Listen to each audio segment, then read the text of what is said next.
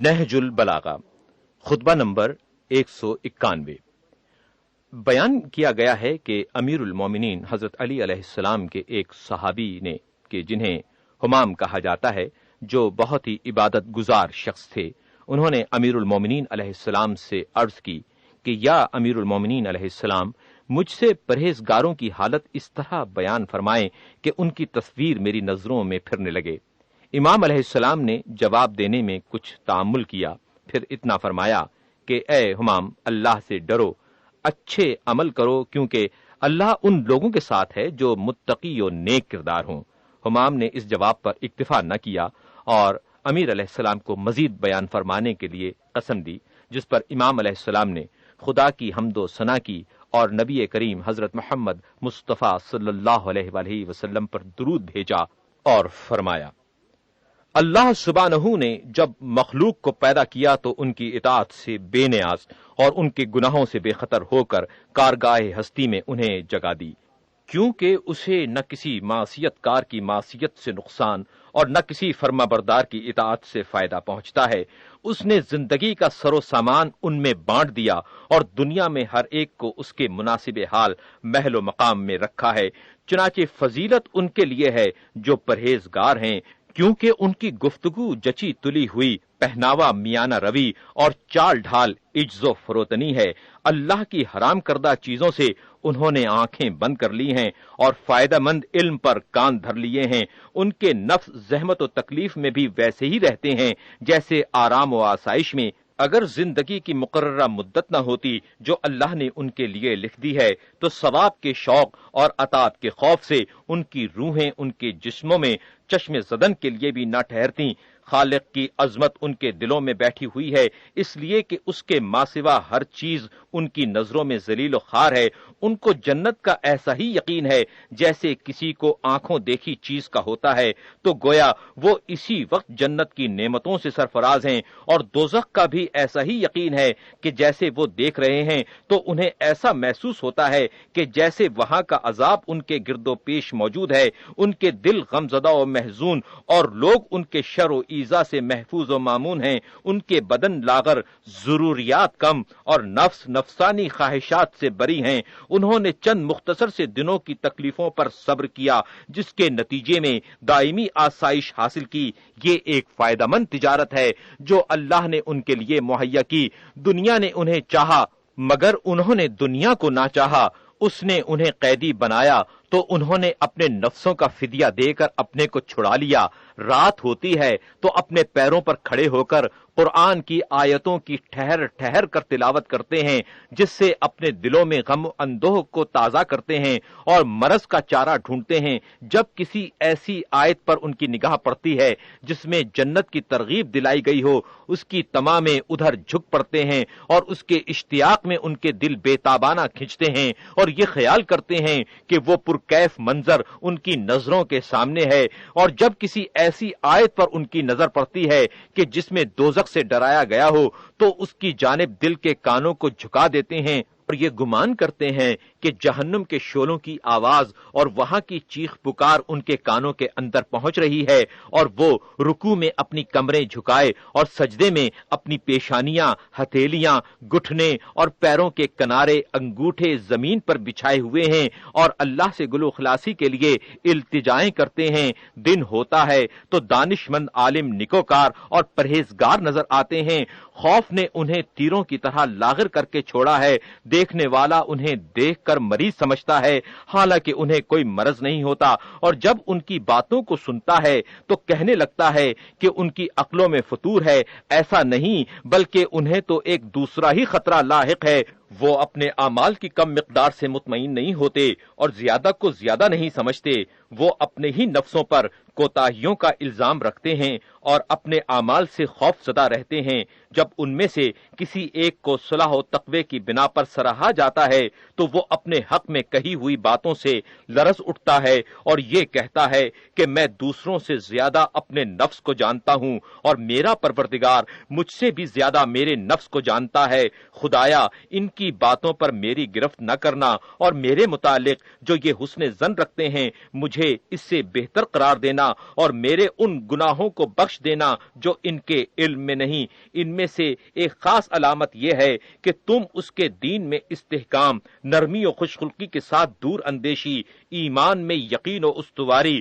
بردباری کے ساتھ دانائی، خوشحالی میں میانہ روی، عبادت میں عجز و نیاز مندی، فکر و فاقے میں آن بان، مصیبت میں صبر، طلب رزق میں حلال پر نظر، ہدایت میں کیف و سرور اور طمع سے نفرت و بے تعلقی دیکھو گے۔ وہ نیک اعمال بجا لانے کے باوجود خائف رہتا ہے، شام ہوتی ہے تو اس کے پیش نظر اللہ کا شکر، صبح ہوتی ہے تو اس کا مقصد یاد خدا ہوتا ہے، رات خوف و خطر میں گزارتا ہے اور صبح کو خوش اٹھتا ہے، خطرہ اس کا کہ رات غفلت میں نہ گزر جائے، اور خوشی اس فضل و رحمت کی دولت پر جو اسے نصیب ہوئی ہے۔ اگر اس کا نفس کسی ناگوار صورتحال کے برداشت کرنے سے انکار کر دیتا ہے تو وہ اس کی من مانی خواہش کو پورا نہیں کرتا۔ جاویدانی نعمتوں میں اس کے لیے آنکھوں کا سرور ہے اور دار فانی کی چیزوں سے بے تعلقی و بیزاری ہے۔ اس نے علم میں حلم اور قول میں عمل کو سمو دیا ہے۔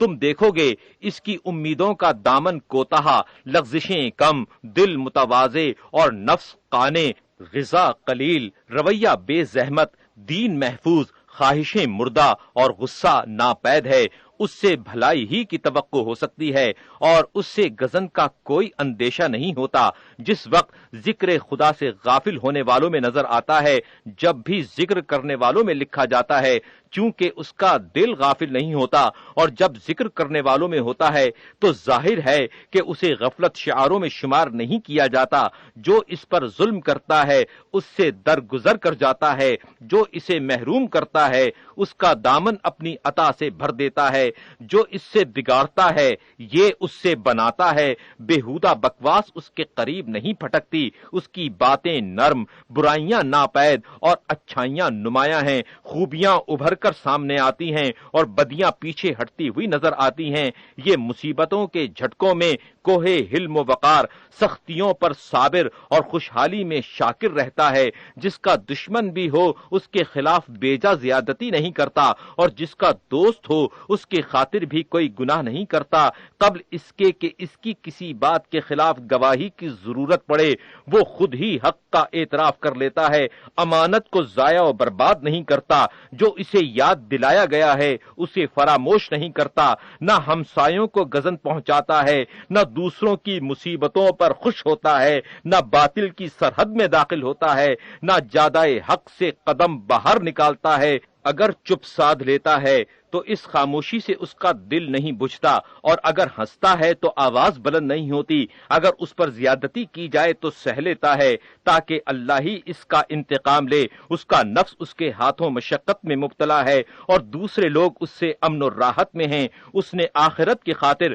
اپنے نفس کو زحمت میں اور خلق خدا کو اپنے نفس کے شر سے راحت میں رکھا ہے۔ جن سے دوری اختیار کرتا ہے تو یہ زہد و پاکیزگی کے لیے ہوتی ہے، اور جن سے قریب ہوتا ہے تو یہ خوش خلقی اور رحم دلی کی بنا پر ہے۔ نہ اس کی دوری کبر و غرور کی وجہ سے، نہ اس کا میل جول کسی فریب اور مکر کی بنا پر ہوتا ہے۔ نہج البلاغہ، خطبہ نمبر 194۔ امیر المومنین حضرت علی علیہ السلام اپنے اس خطبے میں ارشاد فرماتے ہیں،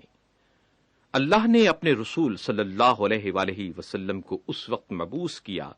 جبکہ ہدایت کا کوئی نشان باقی نہ رہا تھا، نہ دین کا کوئی بلند مینار اور نہ شریعت کی کوئی واضح راہ موجود تھی۔ اے اللہ کے بندو، میں تمہیں اللہ سے ڈرنے کی نصیحت کرتا ہوں اور اس دنیا سے متنبہ کیے دیتا ہوں کہ جو کوچ کی جگہ اور بے لطفی و بدمزگی کا مقام ہے، اس میں بسنے والا آخر اس سے چل چلاؤ پر مجبور ہوگا اور ٹھہرنے والا اپنا رخ موڑ کر اس سے الگ ہو جائے گا۔ یہ اپنے رہنے والوں سمیت اس طرح ڈاما ڈول ہو رہی ہے جس طرح وہ کشتی جسے تند ہوائیں ہچکولے دے رہی ہوں۔ کچھ تو ان میں سے ہلاک و غرق ہو گئے، اور جو بچ رہے ہیں وہ موجوں کی سطح پر تھپیڑے کھا رہے ہیں، اور ہوائیں اپنے دامنوں سے انہیں دھکیل رہی ہیں اور ہولناکیوں میں بڑھائے لیے جا رہی ہیں۔ جو غرق ہو چکا ہے وہ ہاتھ نہیں لگے گا، اور جو بچ رہا ہے وہ مہلکوں میں پڑا رہے گا۔ اے اللہ کے بندو، اعمال نیک بجا لاؤ ابھی جبکہ زبانوں کے لیے کوئی رکاوٹ نہیں ہے، بدن تندرست اور ہاتھ پیروں میں لچک ہے کہ جو چاہو ان سے کام لے سکتے ہو، آنے جانے کی جگہ وسیع اور میدان عمل کشادہ ہے، قبل اس کے کہ فرصت رفتہ موقع نہ دے اور موت ٹوٹ پڑے، اپنے لیے موت کو یہ سمجھو کہ وہ آ چکی، اس کا انتظار نہ کرو کہ وہ آئے۔ حضرت علی علیہ السلام نہج البلاغہ کے خطبہ نمبر 195 میں ارشاد فرماتے ہیں کہ پیغمبر کے وہ اصحاب جو احکام شریعت کے امین ٹھہرائے گئے تھے، اس بات سے اچھی طرح آگاہ ہیں کہ میں نے کبھی ایک آن کے لیے بھی اللہ اور اس کے رسول کے احکام سے سرتابی نہیں کی، اور میں نے اس جمع مردی کے بل بوتے پر کہ جس سے اللہ نے مجھے سرفراز کیا ہے، پیغمبر کی دل و جان سے مدد ان موقعوں پر کی ہے کہ جن موقعوں سے بہادر جی چرا کر بھاگ کھڑے ہوتے تھے اور قدم آگے بڑھنے کی بجائے پیچھے ہٹ جاتے تھے۔ جب رسول اللہ صلی اللہ علیہ وآلہ وسلم نے رحلت فرمائی تو ان کا سر اقدس میرے سینے پر تھا، اور جب میرے ہاتھوں میں ان کی روح طیب نے مفارقت کی تو میں نے تبرکن اپنے ہاتھ اپنے منہ پر پھیر لیے اور میں نے آپ کے غسل کا فریضہ انجام دیا، اس عالم میں کہ ملائکہ میرا ہاتھ بٹا رہے تھے اور آپ کی رحلت سے گھر اور اس کے اطراف و جوانب نالہ و فریاد سے گونج رہے تھے، فرشتوں کا تانتا بدھا ہوا تھا، ایک گروہ اترتا تھا اور ایک گروہ چڑھتا تھا، وہ حضرت پر نماز پڑھتے تھے اور ان کی دھیمی آوازیں برابر میرے کانوں میں آ رہی تھیں، یہاں تک کہ ہم نے انہیں قبر میں چھپا دیا۔ تو اب ان کی زندگی میں اور موت کے بعد مجھ سے زیادہ کون ان کا حقدار ہو سکتا ہے؟ جب میرا حق تمہیں معلوم ہو چکا تو تم بصیرت کے جلوں میں دشمن سے جہاد کرنے کے لیے صدق نیت سے بڑھو، اس ذات کی قسم کہ جس کے علاوہ کوئی معبود نہیں، بلا شبہ میں جادائے حق پر ہوں، اور وہ اہل شام باطل کی ایسی گھاٹی پر ہیں کہ جہاں سے پھسلے میں جو کہہ رہا ہوں وہ تم سن رہے ہو، میں اپنے اور تمہارے لیے اللہ سے آمرزش کا طلبگار ہوں۔ نہج البلاغہ خطبہ نمبر 196۔ امیر المومنین حضرت علی علیہ السلام اپنے اس خطبے میں ارشاد فرماتے ہیں، وہ خدا وند عالم بیابانوں میں چوپاؤں کے نالے سنتا ہے، تنہائیوں میں بندوں کے گناہوں سے آگاہ ہے، اور انتہا دریاؤں میں مچھلیوں کی آمد و شد اور تند ہواؤں کے ٹکراؤ سے پانی کے تھپیڑوں کو جانتا ہے۔ میں گواہی دیتا ہوں کہ محمد صلی اللہ علیہ وآلہ وسلم اللہ کے برگزیدہ اور اس کے وحی کے ترجمان اور رحمت کے پیغامبر ہیں۔ میں تمہیں اس اللہ سے ڈرنے کی وصیت کرتا ہوں کہ جس نے تمہیں پیدا کیا اور جس کی طرف تمہیں پلٹنا ہے، وہی تمہاری کامرانیوں کا ذریعہ اور تمہاری آرزوؤں کی منزل منتہا ہے، تمہاری راہ حق اسی کی طرف پلٹتی ہے، اور وہی خوف و ہراس کے وقت تمہارے لیے پناہ گاہ ہے۔ دل میں اللہ کا خوف رکھو، کیونکہ یہ تمہارے دلوں کے روگ کا چارہ، فکر و شعور کی تاریکیوں کے لیے اجالا، جسموں کی بیماریوں کے لیے شفا، سینے کی تباہ کاریوں کے لیے اصلاح، نفس کی کثافتوں کے لیے پاکیزگی، آنکھوں کی تیرگی کے لیے جلا، دل کی دہشت کے لیے ڈھارس اور جہالت کی اندھیاریوں کے لیے روشنی ہے۔ صرف ظاہری طور پر اللہ کی اطاعت کا جامہ نہ اوڑھ لو، بلکہ اسے اپنا اندرونی پہناوا بناؤ، نہ صرف اندرونی پہناوا بلکہ ایسا کرو کہ وہ تمہارے باطن میں اتر جائے اور پسلیوں کے اندر دل میں رچ بس جائے، اور اسے اپنے معاملات پر حکمران اور حشر میں وارد ہونے کے وقت سرچشمہ منزل مقصود تک پہنچنے کا وسیلہ، خوف کے دن کے لیے سپر، نہان خانہ، قبر کے لیے چراغ، تنہائی کی طویل وحشتوں کے لیے ہم نوا و دمساز اور منزل کی اندوہ ناکیوں سے رہائی کا ذریعہ قرار دو، کیونکہ اطاعت خدا گھیرنے والے مہلکوں، پیش آئندہ خوف و دہشت کے مرحلوں اور بھڑکتی ہوئی آگ کی لپکوں کے لیے پناہ گاہ ہے۔ جو تقوی کو مضبوطی سے پکڑ لیتا ہے تو مصیبتیں اس کے قریب ہونے کے باوجود دور ہٹ جاتی ہیں، تمام امور تلخی و بدمزگی کے بعد شیریں و خوشگوار ہو جاتے ہیں، تباہی و ہلاکت کی موجیں ہجوم کرنے کے بعد چھٹ جاتی ہیں اور دشواریاں سختیوں میں مبتلا کرنے کے بعد آسان ہو جاتی ہیں، قحط و نایابی کے بعد لطف و کرم کی جھڑی لگ جاتی ہے، رحمت برگشتہ ہونے کے بعد پھر جھک پڑتی ہے، زمین میں پایاب ہونے کے بعد پھر نعمتوں کے سرچشمے ابل پڑتے ہیں، پھوار کی کمی کے بعد رحمت و برکت کی دھواں دھار بارشیں ہونے لگتی ہیں۔ اس اللہ سے ڈرو کہ جس نے پند و معزت سے تمہیں فائدہ پہنچایا، اپنے پیغام کے ذریعے تمہیں واعظ و نصیحت کی، اپنی نعمتوں سے تم پر لطف و احسان کیا، اس کی بندگی و نیاز مندی کے لیے اپنے نفسوں کو رام کرو اور اس کی فرما برداری کا پورا پورا حق ادا کرو۔ پھر یہ کہ اسلام ہی وہ دین ہے جسے اللہ نے اپنے پہچنوانے کے لیے پسند کیا، اپنی نظروں کے سامنے اس کی دیکھ بھال کی، اس کی تبلیغ کے لیے بہترین خلق کا انتخاب فرمایا، اپنی محبت پر اس کے ستون کھڑے کیے، اس کی برتری کی وجہ سے تمام دینوں کو سرنگوں کیا اور اس کی بلندی کے سامنے سب ملتوں کو پست کیا، اس کی عزت و بزرگی کے ذریعے دشمنوں کو ذلیل اور اس کی نصرت و تائید سے مخالفوں کو رسوا کیا، اس کے ستون سے گمراہیوں کے کھمبوں کو گرا دیا، پیاسوں کو اس کے تالابوں سے سیراب کیا اور پانی الچھنے والوں کے ذریعے حوضوں کو بھر دیا، پھر یہ کہ اسے اس طرح مضبوط کیا کہ اس کے بندھنوں کے لیے شکست و ریخت نہیں، نہ اس کے حلقے کی کڑیاں الگ الگ ہو سکتی ہیں، نہ اس کی بنیاد گر سکتی ہے، نہ اس کے ستون اپنی جگہ چھوڑ سکتے ہیں، نہ اس کا درخت اکھڑ سکتا ہے، نہ اس کی مدت ختم ہو سکتی ہے، نہ اس کے قوانین محو ہوتے ہیں، نہ اس کی شاخیں کٹ سکتی ہیں، نہ اس کے سفید دامن پر سیاہی کا دھبا، نہ اس کی استقامت میں پیچ و خم، نہ اس کی لکڑی میں کجی، نہ اس کی کشادہ راہ میں کوئی دشواری ہے، نہ اس کے چراغ گل ہوتے ہیں، نہ اس کی خوشگواریوں میں تلخیوں کا گزر ہوتا ہے۔ اسلام ایسے ستونوں پر حاوی ہے جس کے پائے اللہ نے حق کی سرزمین میں قائم کیے ہیں اور ان کی اساس و بنیاد کو استحکام بخشا ہے، اور ایسے سرچشمے ہیں جن کے چشمے پانی سے بھرپور، اور ایسے چراغ ہیں جن کی لویں ضیابار ہیں، ایسے مینار ہیں جن کی روشنی میں مسافر قدم بڑھاتے ہیں، اور ایسے نشانات ہیں کہ جن سے سیدھی راہوں کا قصد کیا جاتا ہے، اور ایسے گھاٹ ہیں جن پر اترنے والے ان سے سیراب ہوتے ہیں۔ اللہ نے اسلام میں اپنی انتہائی رضامندی، بلند ترین ارکان اور اپنی اطاعت کی اونچی سطح کو قرار دیا ہے، چنانچہ اللہ کے نزدیک اس کے ستون مضبوط، اس کی عمارت سربلند، دلیلیں روشن، ضیائیں نور پاش ہیں، اور اس کی سلطنت غالب اور مینار بلند ہیں، اور اس کی بے کنی دشوار ہے۔ اس کی عزت و وقار کو باقی رکھو،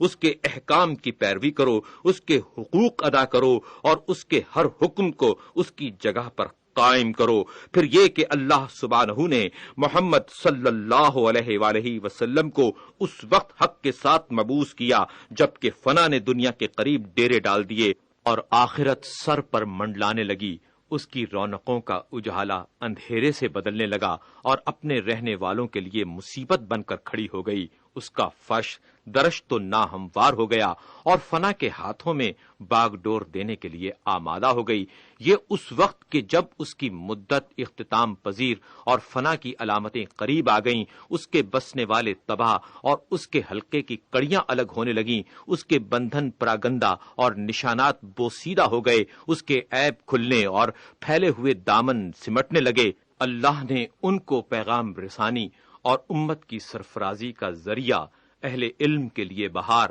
اور یاور و انصار کی رفعت و عزت کا سبب قرار دیا۔ پھر آپ صلی اللہ علیہ وآلہ وسلم پر ایک ایسی کتاب نازل فرمائی جو سراپا نور ہے، جس کی قندیلیں گل نہیں ہوتی، ایسا چراغ ہے جس کی لو خاموش نہیں ہوتی، ایسا دریا ہے جس کی تھا نہیں لگائی جا سکتی، ایسی شاہراہ ہے جس میں راہ پیمائی بے راہ نہیں کرتی،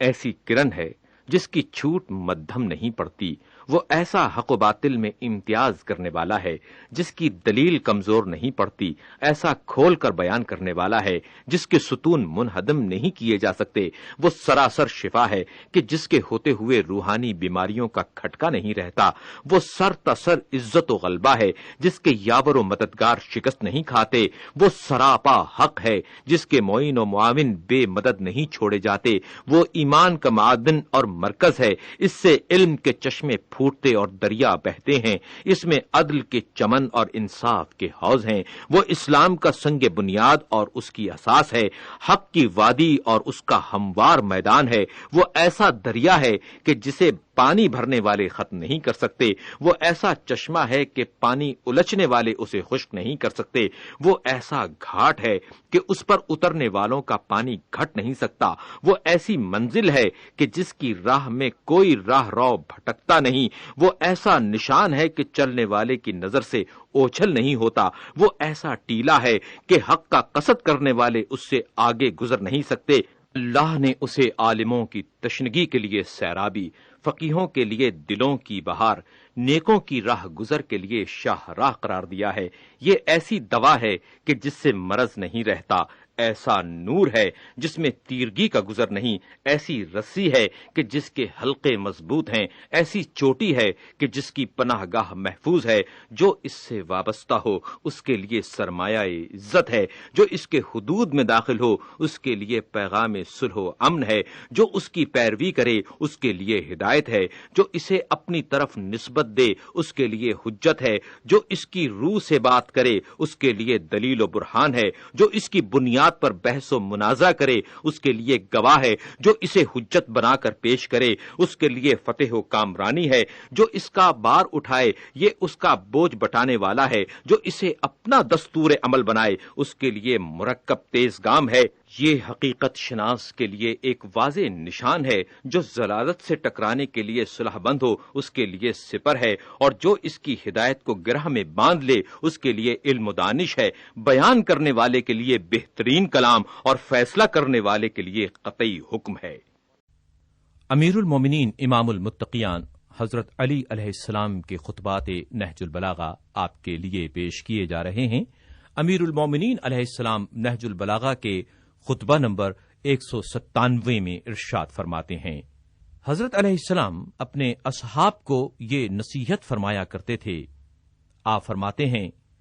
نماز کی پابندی اور اس کی نگہداشت کرو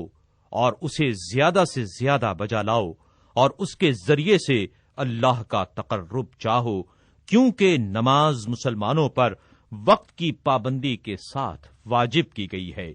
کیا قرآن میں دوزخیوں کے جواب کو تم نے نہیں سنا کہ جب ان سے پوچھا جائے گا کہ کون سی چیز تمہیں دوزخ کی طرف کھینچ لائی ہے تو وہ کہیں گے کہ ہم نمازی نہ تھے۔ بلا شبہ نماز گناہوں کو جھاڑ کر اس طرح الگ کر دیتی ہے جس طرح درخت سے پتے جھڑتے ہیں، اور انہیں اس طرح الگ کرتی ہے جس طرح چوپاؤں کی گردنوں سے پھندے کھول کر انہیں رہا کیا جاتا ہے۔ رسول اللہ صلی اللہ علیہ وآلہ وسلم نے نماز کو اس گرم چشمے سے تشبیہ دی ہے جو کسی شخص کے گھر کے دروازے پر ہو اور وہ اس میں دن رات 5 مرتبہ غسل کرے، تو کیا امید کی جا سکتی ہے کہ اس کے جسم پر کوئی میل رہ جائے گا؟ نماز کا حق تو وہی مردان با خدا پہچانتے ہیں کہ جنہیں متاع دنیا کی سج دھج اور مال و اولاد کا سرور دیدہ و دل اس سے غفلت میں نہیں ڈالتا۔ چنانچہ اللہ سبحانہ کا ارشاد ہے کہ کچھ لوگ ایسے ہیں کہ جنہیں خدا کے ذکر اور نماز پڑھنے اور زکوٰۃ دینے سے نہ تجارت غافل کرتی ہے نہ خرید و فروخت، اور رسول اکرم صلی اللہ علیہ وآلہ وسلم باوجود یہ کہ انہیں جنت کی نوید دی جا چکی تھی، بکثرت نماز پڑھنے سے اپنے کو زحمت و تاب میں ڈالتے تھے، چنانچہ انہیں اللہ کا ارشاد تھا کہ اپنے گھر والوں کو نماز کا حکم دو اور خود بھی اس کی پابندی کرو، چنانچہ حضرت اپنے گھر والوں کو خصوصیت کے ساتھ نماز کی تاکید بھی فرماتے تھے اور خود بھی اس کی کثرت و بجا آوری میں زحمت و مشقت برداشت کرتے تھے۔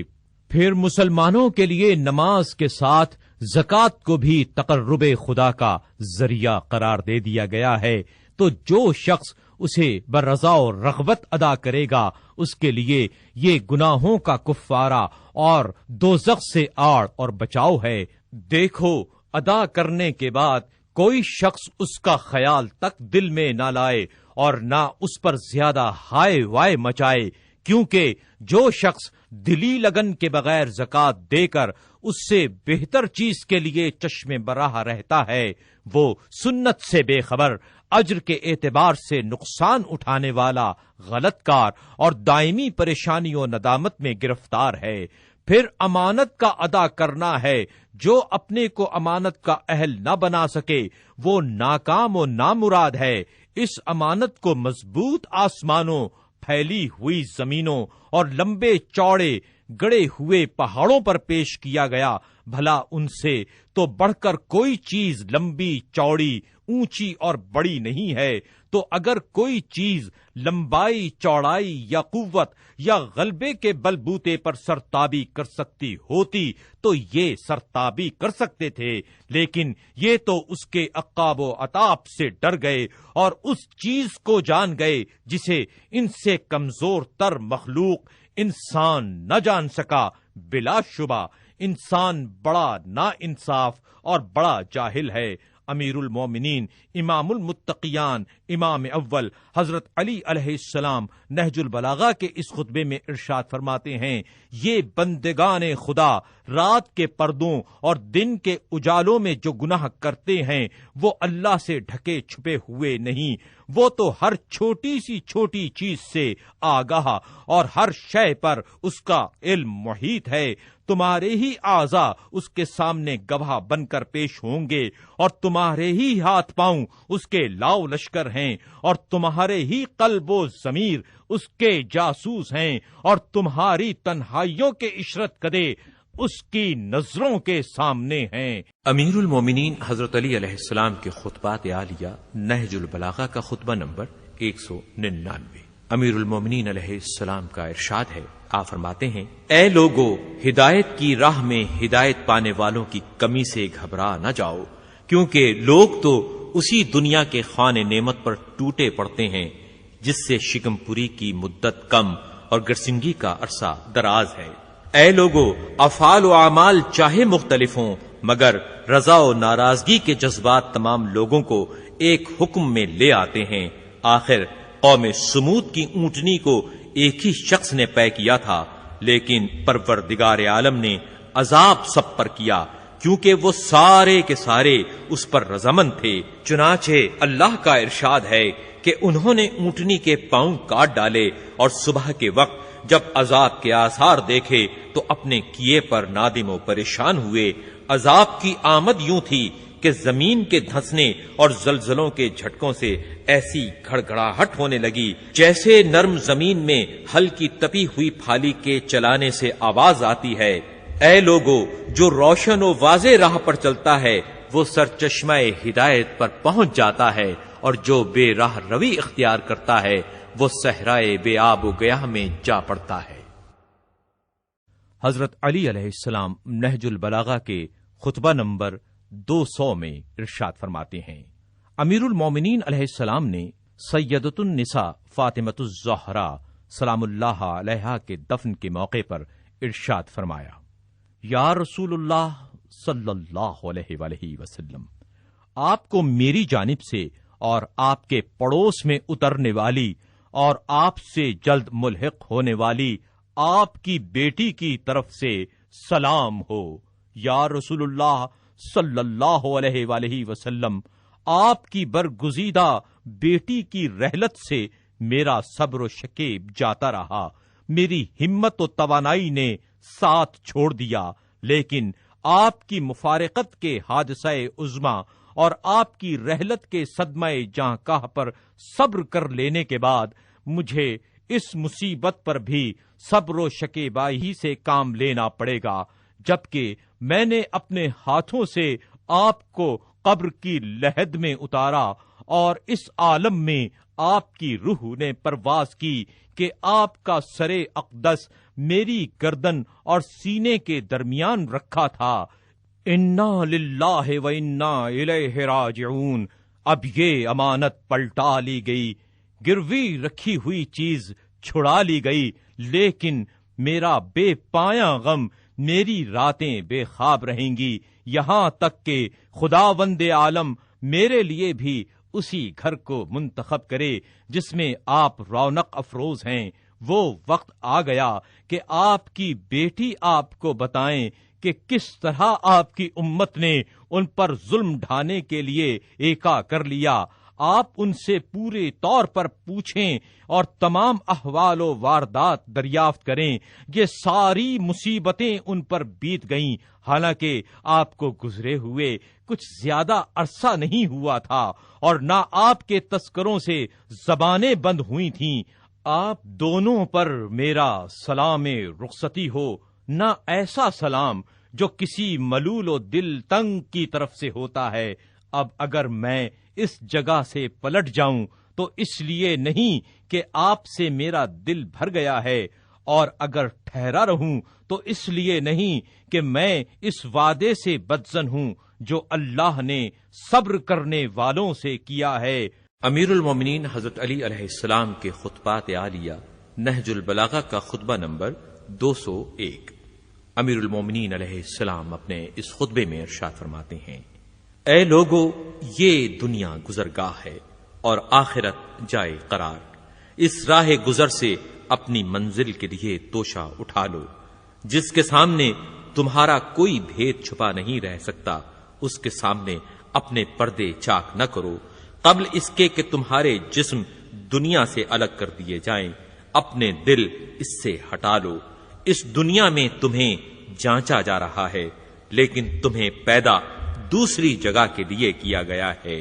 جب کوئی انسان مرتا ہے تو لوگ کہتے ہیں کیا چھوڑ گیا ہے، اور فرشتے کہتے ہیں کہ اس نے آگے کے لیے کیا سر و سامان کیا ہے۔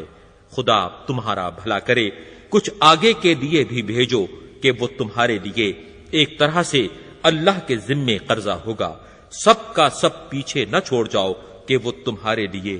بوجھ ہوگا۔ امیر المومنین علیہ السلام نہج البلاغہ کے خطبہ نمبر 202 میں ارشاد فرماتے ہیں: اس خطبے میں آپ نے اپنے اصحاب کو آواز دی ہے، خدا تم پر رحم کرے، کچھ سفر کا ساز و سامان کر لو، کوچ کی صدائیں تمہارے گوشے گزار ہو چکی ہیں۔ دنیا کے وقفہ قیام کو زیادہ تصور نہ کرو، اور جو تمہارے دسترس میں بہترین زاد ہے اسے لے کر اللہ کی طرف پلٹو، کیونکہ تمہارے سامنے ایک دشوار گزار گھاٹی ہے اور پر ہول و خوفناک مراحل ہیں کہ جہاں اترے اور ٹھہرے بغیر تمہیں کوئی چارہ نہیں۔ تمہیں جاننا چاہیے کہ موت کی ترچھی نظریں تم سے قریب پہنچ چکی ہیں، اور گویا تم اس کے پنجوں میں ہو جو تم میں گڑھو دیے گئے ہیں، اور موت کے شدائد و مشکلات تم پر چھا گئے ہیں۔ دنیا سے سارے علائق قطع کر لو اور ذات تقوی سے اپنے کو تقوی۔ نہج البلاغہ کا خطبہ نمبر 204۔ امیر المومنین حضرت علی علیہ السلام نہج البلاغہ کے خطبہ نمبر 204 میں ارشاد فرماتے ہیں: یہ خطبہ آپ نے جنگ صفین کے موقع پر اپنے ساتھیوں میں سے چند آدمیوں کو سنا کہ وہ شامیوں پر سب و شتم کر رہے ہیں، تو آپ نے اس موقع پر ارشاد فرمایا: میں تمہارے لیے اس چیز کو پسند نہیں کرتا کہ تم گالیاں دینے لگو۔ اگر تم ان کے کرتوت کھولو اور ان کے صحیح حالات پیش کرو تو یہ ایک ٹھکانے کی بات اور عذر تمام کرنے کا صحیح طریقہ کار ہے۔ تم گالم گلوچ کی بجائے یہ کہو، خدایا ہمارا بھی خون محفوظ رکھ اور ان کا بھی، اور ہمارے اور ان کے درمیان اصلاح کی صورت پیدا کر اور انہیں گمراہی سے ہدایت کی طرف لا، تاکہ حق سے بے خبر حق کو پہچان لیں اور گمراہی اور سرکشی کے شیدائی اس سے اپنا رخ پھیر لیں۔ امیر المومنین حضرت علی علیہ السلام کے خطبات عالیہ نہج البلاغہ کا خطبہ نمبر 205۔ صفین کے موقع پر جب آپ نے اپنے فرزند امام حسن علیہ السلام کو جنگ کی طرف تیزی سے لپکتے ہوئے دیکھا تو فرمایا۔ امیر المومنین حضرت علی علیہ السلام ارشاد فرماتے ہیں، میری طرف سے اس جوان کو روک لو، کہیں اس کی موت مجھے خستہ و بے حال نہ کر دے، کیونکہ میں ان دونوں نوجوانوں حسن اور حسین علیہ السلام کو موت کے منہ میں دینے سے بخل کرتا ہوں کہ کہیں ان کے مرنے سے رسول اکرم صلی اللہ علیہ وآلہ وسلم کی نسل قطع نہ ہو جائے۔ حضرت علی علیہ السلام نہج البلاغہ کے خطبہ نمبر 207 میں ارشاد فرماتے ہیں، بصرہ میں اپنے ایک صحابی علا ابن زید حارثی کے ہاں جب آپ عیادت کے لیے تشریف لے گئے تو اس کے گھر کی وسعت کو دیکھ کر امیر المومنین علیہ السلام ارشاد فرماتے ہیں، تم دنیا میں اس گھر کی وسعت کو کیا کرو گے؟ درآں حالانکہ آخرت میں تم گھر کی وسعت کے زیادہ محتاج ہو کہ جہاں تمہیں ہمیشہ رہنا ہے۔ ہاں، اگر اس کے ساتھ تم آخرت میں بھی وسیع گھر چاہتے ہو تو اس میں مہمانوں کی مہمان نوازی، قریبیوں سے اچھا برتاؤ اور موقع و محل کے مطابق حقوق کی ادائیگی کرو۔ اگر ایسا کیا تو اس کے ذریعے آخرت کی کامرانیوں کو پالو گے۔ علا ابن زیاد نے کہا کہ یا امیر المومنین علیہ السلام،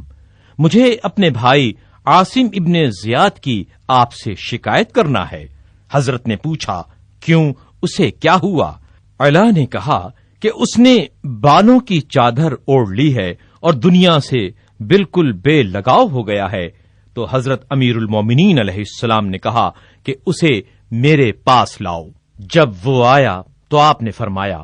کہ اے اپنی جان کے دشمن، تمہیں شیطان خبیث نے بھٹکا دیا ہے، تمہیں اپنی آل اولاد پر ترس نہیں آتا، اور کیا تم نے یہ سمجھ لیا ہے کہ اللہ نے جن پاکیزہ چیزوں کو تمہارے لیے حلال کیا ہے اگر تم انہیں کھاؤ برتو گے تو اسے ناگوار گزرے گا؟ تم اللہ کی نظروں میں اس سے کہیں زیادہ گرے ہوئے ہو کہ وہ تمہارے لیے یہ چاہے۔ اس نے کہا کہ یا امیر المومنین علیہ السلام، آپ کا پہناوا بھی تو موٹا جھوٹا اور کھانا روکھا سوکھا ہوتا ہے۔ تو حضرت نے ارشاد فرمایا، تم پر حیف ہے، میں تمہارے مانند نہیں ہوں۔ خدا نے ائمہ حق پر فرض کیا ہے کہ وہ اپنے کو مفلس و نادار لوگوں کی سطح پر رکھیں تاکہ مفلوک الحال اپنے فقر کی وجہ سے پیچ و تاب نہ کھائے۔ خطبہ نمبر 208۔ امیر المومنین امام المتقین حضرت علی علیہ السلام اپنے اس خطبے میں روایت حدیث کے موضوع پر ارشاد فرماتے ہیں۔ آپ فرماتے ہیں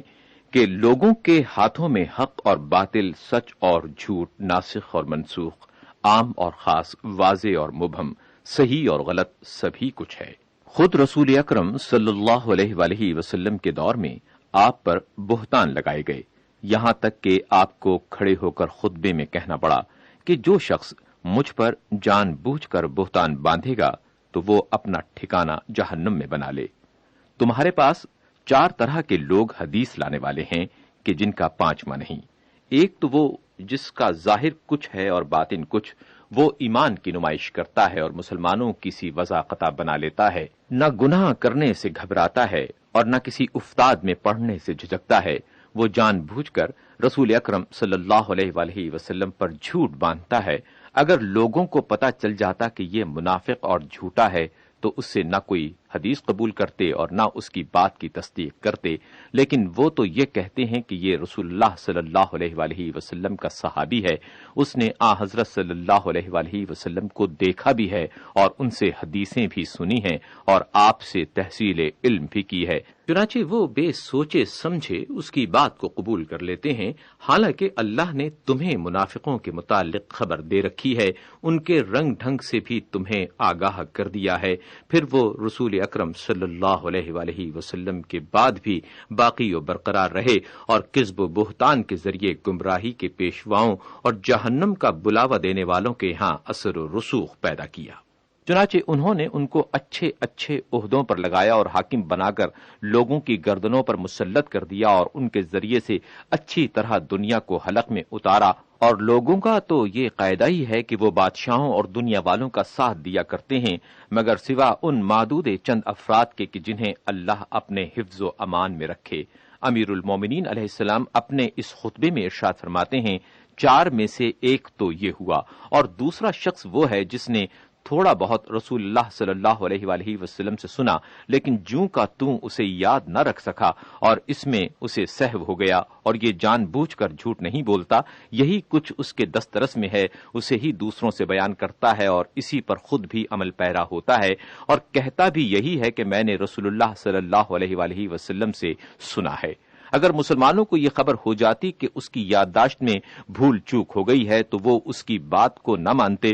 اور اگر خود بھی اسے اس کا علم ہو جاتا تو اسے چھوڑ دیتا۔ تیسرا شخص وہ ہے کہ جس نے رسول اللہ صلی اللہ علیہ وآلہ وسلم کی زبان سے سنا کہ آپ نے ایک چیز کے بجا لانے کا حکم دیا ہے، پھر پیغمبر نے تو اس سے روک دیا لیکن یہ اسے معلوم نہ ہو سکا، یا یوں کہ اس نے پیغمبر کو ایک چیز سے منع کرتے ہوئے سنا، پھر آپ صلی اللہ علیہ وآلہ وسلم نے اس کی اجازت دے دی لیکن اس کے علم میں یہ چیز نہ آ سکی۔ اس نے قول منسوخ کو یاد رکھا اور حدیث ناسخ کو محفوظ نہ رکھ سکا۔ اگر اسے خود معلوم ہو جاتا کہ یہ منسوخ ہے تو وہ اسے چھوڑ دیتا، اور مسلمانوں کو بھی اگر اس کے منسوخ ہو جانے کی خبر ہوتی تو وہ بھی اسے نظر انداز کر دیتے۔ امیر المومنین حضرت علی علیہ السلام اپنے اس خطبے میں مزید ارشاد فرماتے ہیں، آپ فرماتے ہیں کہ چوتھا شخص وہ ہے کہ جو اللہ اور اس کے رسول پر جھوٹ نہیں باندھتا، وہ خوف خدا اور عظمت رسول صلی اللہ علیہ وآلہ وسلم کے پیش نظر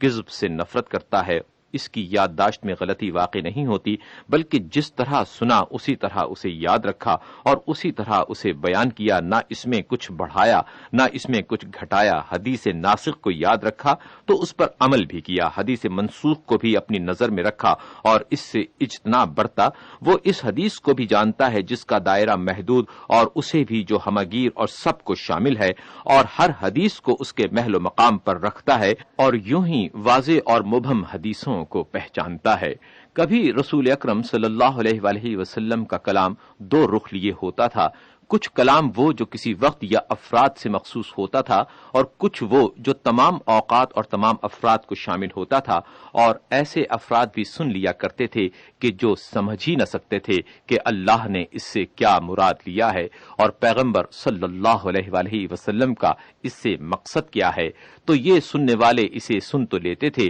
اور کچھ اس کا مفہوم بھی قرار دے لیتے تھے، مگر اس کے حقیقی معنی اور مقصد اور وجہ سے نہ واقف ہوتے تھے، اور نہ اصحاب پیغمبر صلی اللہ علیہ وآلہ وسلم میں سے سب ایسے تھے کہ جنہیں آپ سے سوال کرنے کی ہمت ہو، بلکہ وہ تو یہ چاہا کرتے تھے کہ کوئی صحرائی بدو یا پردیسی آ جائے اور وہ جو کچھ پوچھے تو یہ بھی سن لیں۔ امیر المومنین حضرت علی علیہ السلام فرماتے ہیں، مگر میرے سامنے سے کوئی چیز نہ گزرتی تھی مگر یہ کہ میں اس کے متعلق پوچھتا تھا اور پھر اسے یاد کرتا تھا۔ آپ امیر المومنین علیہ السلام فرماتے ہیں، یہ ہیں لوگوں کے احادیث اور روایات میں اختلاف کے وجوہ و اسباب۔ امیر المومنین حضرت علی علیہ السلام نہج البلاغہ کے خطبہ نمبر 209 میں ارشاد فرماتے ہیں کہ اللہ سبحانہ کے زور فرما روائی اور عجیب و غریب سند کی لطیف نقش آرائی ایک یہ ہے کہ اس نے ایک انتہا دریا کے پانی سے جس کی سطحیں تہ بتہ اور موجیں تھپیڑے مار رہی تھیں، ایک خشک و بے حرکت زمین کو پیدا کیا، پھر یہ کہ اس نے پانی کے بخار کی تہوں پر تہیں چڑھا دیں جو آپس میں ملی ہوئی تھیں، اور انہیں الگ کر کے 7 آسمان بنائے جو اس کے حکم سے تھمے ہوئے اور اپنے مرکز پر ٹھہرے ہوئے ہیں اور زمین کو اس طرح قائم کیا کہ اسے ایک نیل گوں گہرا اور فرمان الہی کے حدود میں گھرا ہوا دریا اٹھائے ہوئے ہے، جو اس کے حکم کے آگے بے بس اور اس کی ہیبت کے سامنے سرنگوں ہے، اور اس کے خوف سے اس کی روانی تھمی ہوئی ہے، اور ٹھوس چکنے پتھروں، ٹیلوں اور پہاڑوں کو پیدا کیا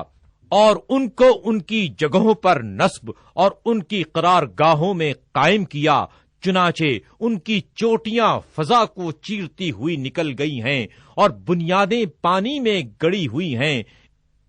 اس طرح اس نے پہاڑوں کو پست اور ہموار زمین سے بلند کیا اور ان کی بنیادوں کو ان کے پھیلاؤ اور ان کے ٹھہراؤ کی جگہوں میں زمین کے اندر اتار دیا، ان کی چوٹیوں کو فلک بوس اور بلندیوں کو آسمان پیما بنا دیا، اور انہیں زمین کے لیے ستون قرار دیا اور میخوں کی صورت میں انہیں گاڑا، چنانچہ وہ ہچکولے کھانے کے بعد تھم گئی کہ کہیں ایسا نہ ہو کہ وہ اپنے رہنے والوں کو لے کر جھک پڑے یا اپنے بوجھ کی وجہ سے دھنس جائے یا اپنی جگہ چھوڑ دے۔ پاک ہے وہ ذات کہ جس نے پانی کی طغیانیوں کے بعد زمین کو تھام رکھا اور اس کے اطراف و جوانب کو تر بتر ہونے کے بعد خشک کیا، اور اسے اپنی مخلوقات کے لیے گہوارہ استراحت بنایا، اور ایک ایسے گہرے دریا کی سطح پر اس کے لیے فرش بچھایا جو تھما ہوا ہے، بہتا نہیں، اور رکا ہوا ہے، جنبش نہیں کرتا، جسے تند ہوائیں ادھر سے ادھر دھکیلتی رہتی ہیں اور برسنے والے بادل اسے متھ کر پانی کھینچتے رہتے ہیں۔ بے شک ان چیزوں میں سرو سامان عبرت ہے اس شخص کے لیے جو اللہ سے ڈرے۔ امیر المومنین حضرت علی علیہ السلام کے خطبات عالیہ نہج البلاغہ کا خطبہ نمبر 210۔ اپنے اس خطبے میں امیر المومنین حضرت علی علیہ السلام نے حق کی حمایت کے بارے میں ارشاد فرمایا ہے: خدایا، تیرے بندوں میں سے جو بندہ ہماری ان باتوں کو سنے کہ جو عدل کے تقاضوں سے ہم نوا اور ظلم و جور سے الگ ہیں،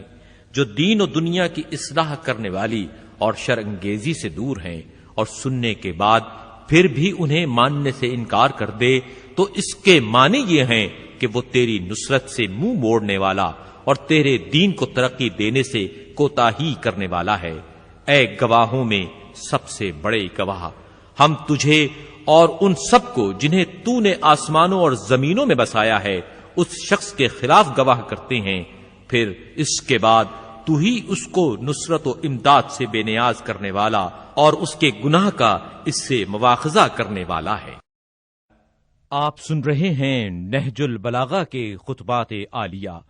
امیر المومنین حضرت علی علیہ السلام ارشاد فرماتے ہیں کہ میں گواہی دیتا ہوں کہ وہ ایسا عادل ہے کہ جس نے عدل ہی کی راہ اختیار کی ہے، اور ایسا حکم ہے کہ جو حق و باطل کو الگ الگ کر دیتا ہے، اور میں گواہی دیتا ہوں کہ محمد صلی اللہ علیہ وآلہ وسلم اس کے بندہ اور رسول اور بندوں کے سید و سردار ہیں۔ شروع سے انسانی نسل میں جہاں جہاں پر سے شاخیں الگ ہوئیں، ہر منزل میں وہ شاخ جس میں اللہ نے آپ کو قرار دیا تھا دوسری شاخوں سے بہتر ہی تھی۔ آپ کے نسب میں کسی بدکار کا ساجھا اور کسی فاسق کی شرکت نہیں ہے۔ دیکھو، اللہ نے بھلائی کے لیے، اہل حق کے لیے ستون اور اطاعت کے لیے سامان حفاظت مہیا کیا ہے۔ ہر اطاعت کے موقع پر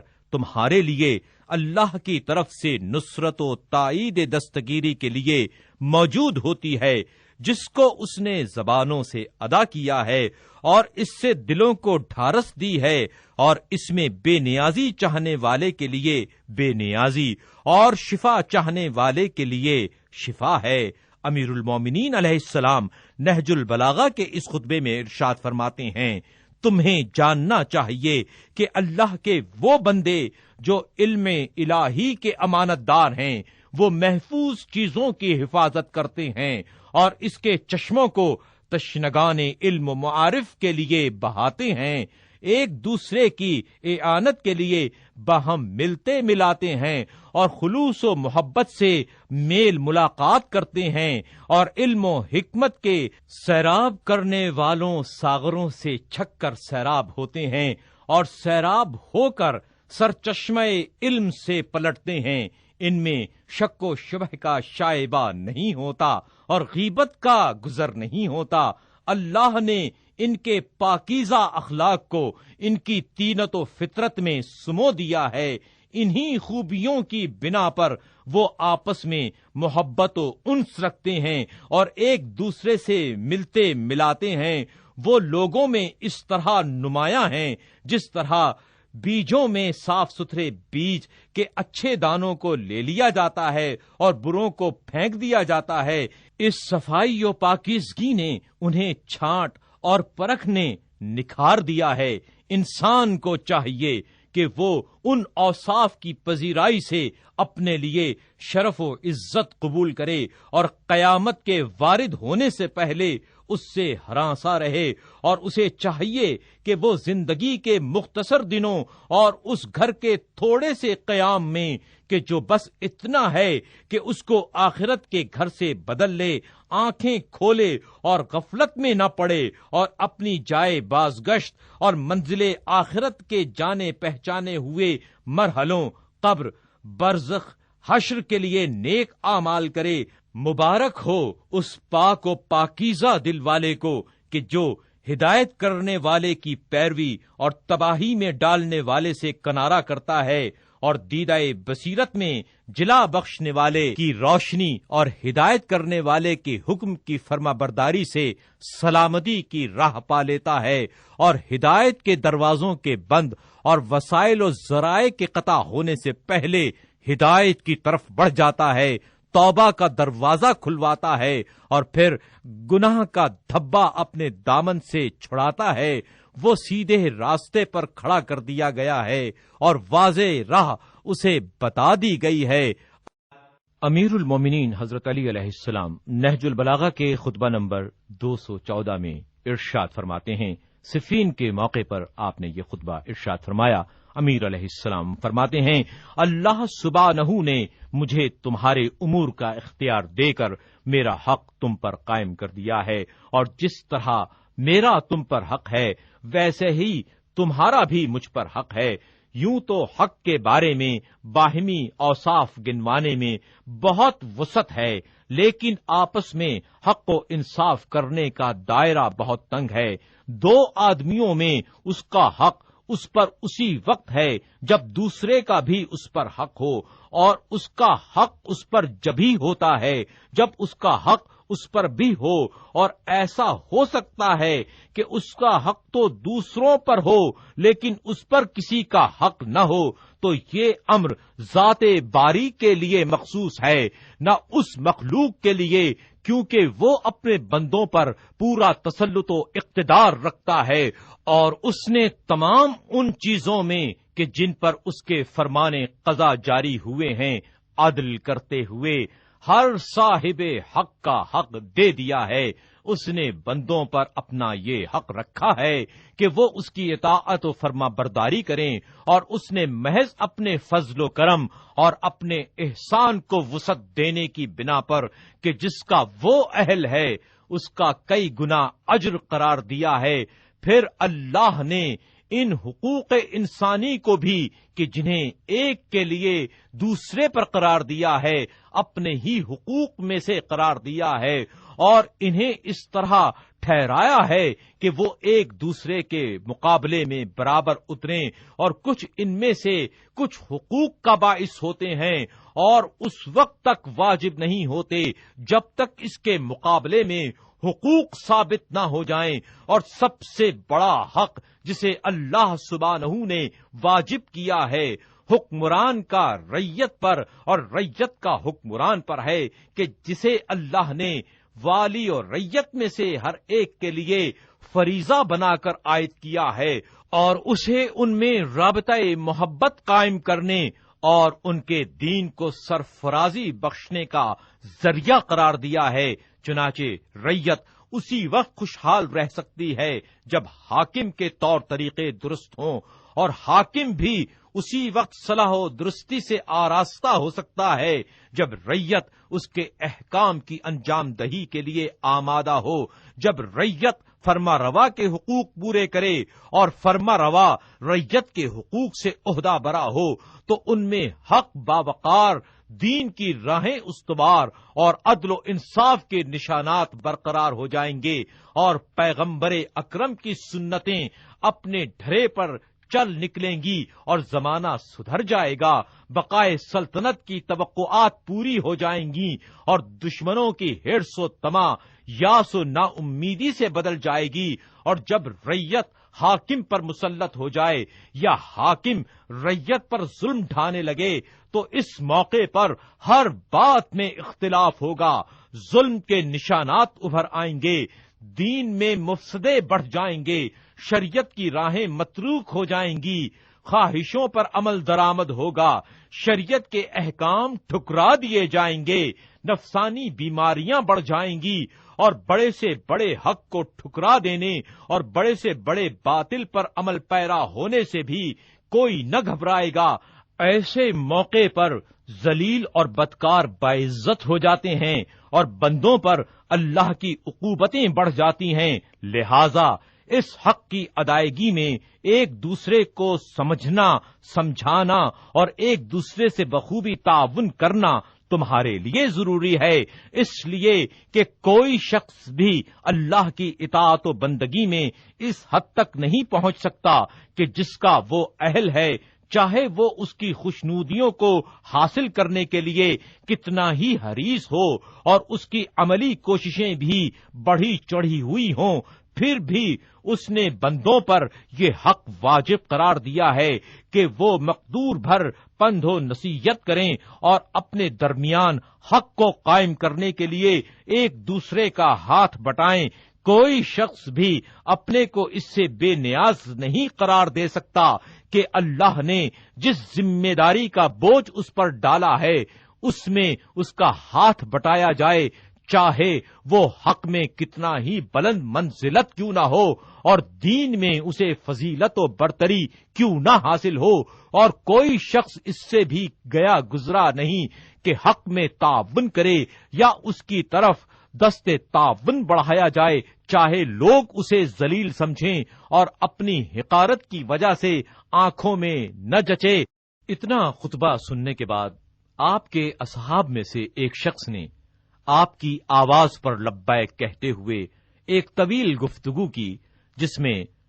حضرت امیر علیہ السلام کی بڑی مدح و ثنا کی اور آپ کی باتوں پر کان دھرنے اور آپ کے حکم کے سامنے سرے تسلیم خم کرنے کا اقرار کیا، تو امیر المومنین امام المتقیان حضرت علی علیہ السلام نے ارشاد فرمایا، جس شخص کے دل میں جلال الہی کی عظمت اور قلب میں منزلت خدا بندی کی رفعت کا احساس ہو، اسے سزاوار ہے کہ اس جلالت و عظمت کے پیش نظر اللہ کے ماں سوا ہر چیز کو حقیر جانے، اور ایسے لوگوں میں وہ شخص اور بھی اس کا زیادہ اہل ہے کہ جسے اس نے بڑی نعمتیں دی ہوں اور اچھے احسانات کیے ہوں، اس لیے کہ جتنی اللہ کی نعمتیں کسی پر بڑی ہوں گی اتنا ہی اس پر اللہ کا حق زیادہ ہوگا۔ نیک بندوں کے نزدیک فرما رواؤں کی ذلیل ترین صورتحال یہ ہے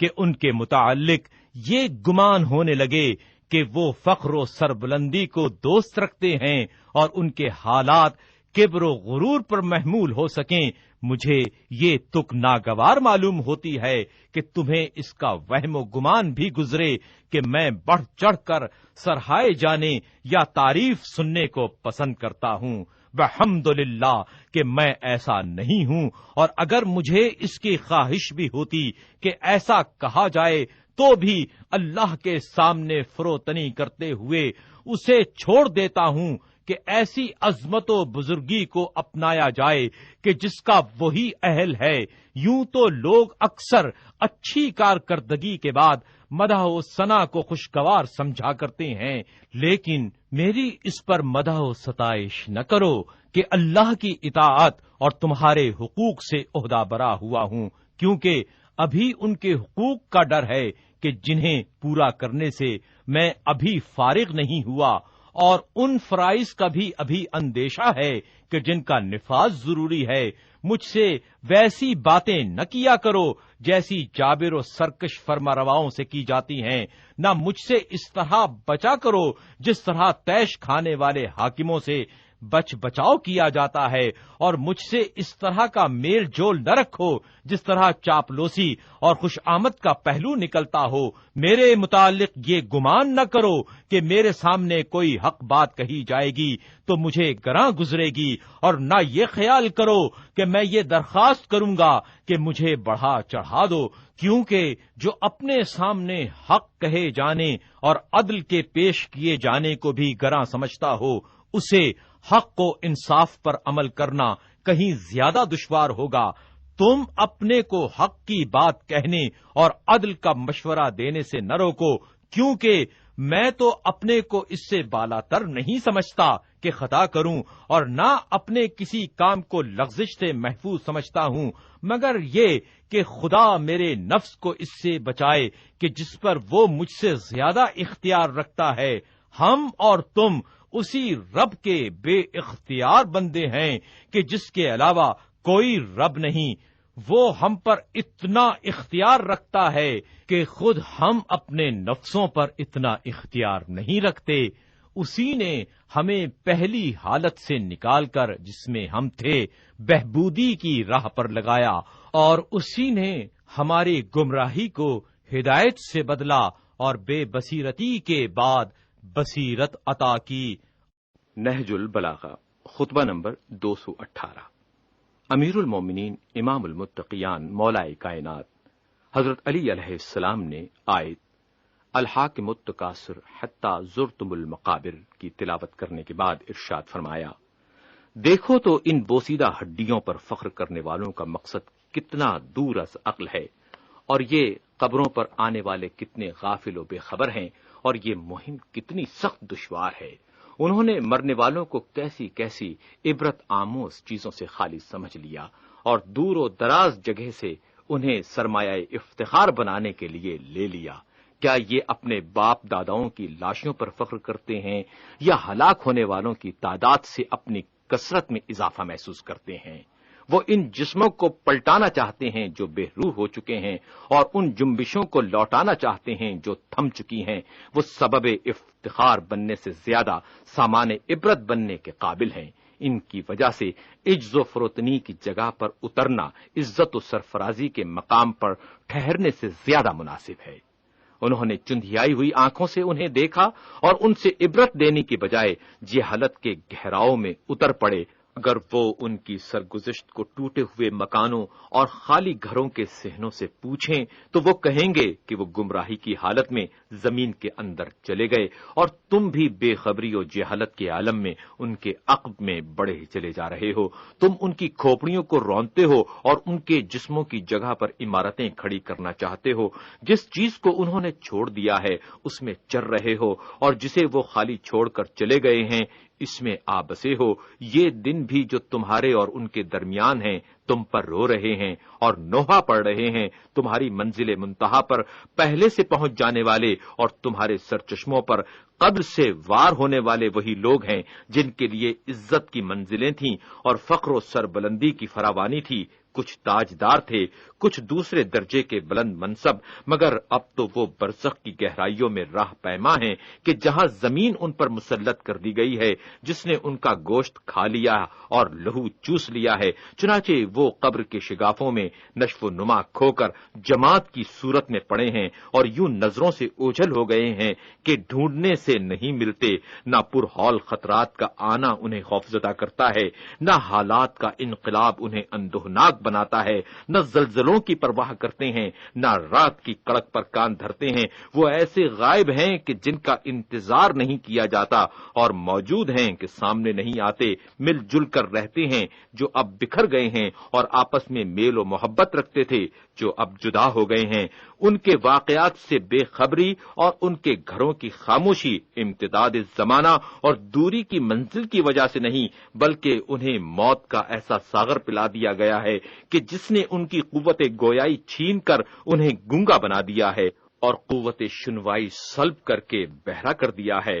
اور ان کی حرکت و جنبش کو سکون و بے حسی سے بدل دیا ہے، گویا کہ وہ سرسری نظر میں یوں دکھائی دیتے ہیں جیسے نیند میں لیٹے ہوئے ہوں۔ وہ ایسے ہمسائے ہیں جو ایک دوسرے سے انس و محبت کا لگاؤ نہیں رکھتے، اور ایسے دوست ہیں جو آپس میں ملتے ملاتے نہیں۔ ان کے جان پہچان کے رابطے بوسیدہ ہو چکے ہیں اور بھائی بندی کے سلسلے ٹوٹ گئے ہیں۔ وہ ایک ساتھ ہوتے ہوئے پھر اکیلے ہیں اور دوست ہوتے ہوئے پھر علیحدہ اور جدا ہیں۔ یہ لوگ شب ہو تو اس کی صبح سے بے خبر، دن ہو تو اس کی شام سے ناآشنا ہیں۔ جس رات یا جس دن میں انہوں نے رخت سفر باندھا ہے، وہ ساتھ ان پر ہمیشہ اور یکساں رہنے والی ہے۔ انہوں نے منزل آخرت کی ہولناکیوں کو اس سے بھی کہیں زیادہ ہولناک پایا جتنا انہیں ڈر تھا، اور وہاں کے آثار کو اس سے عظیم تر دیکھا جتنا کہ وہ اندازہ لگاتے تھے۔ مومنوں اور کافروں کی منزل انتہا کو جائے بازگشت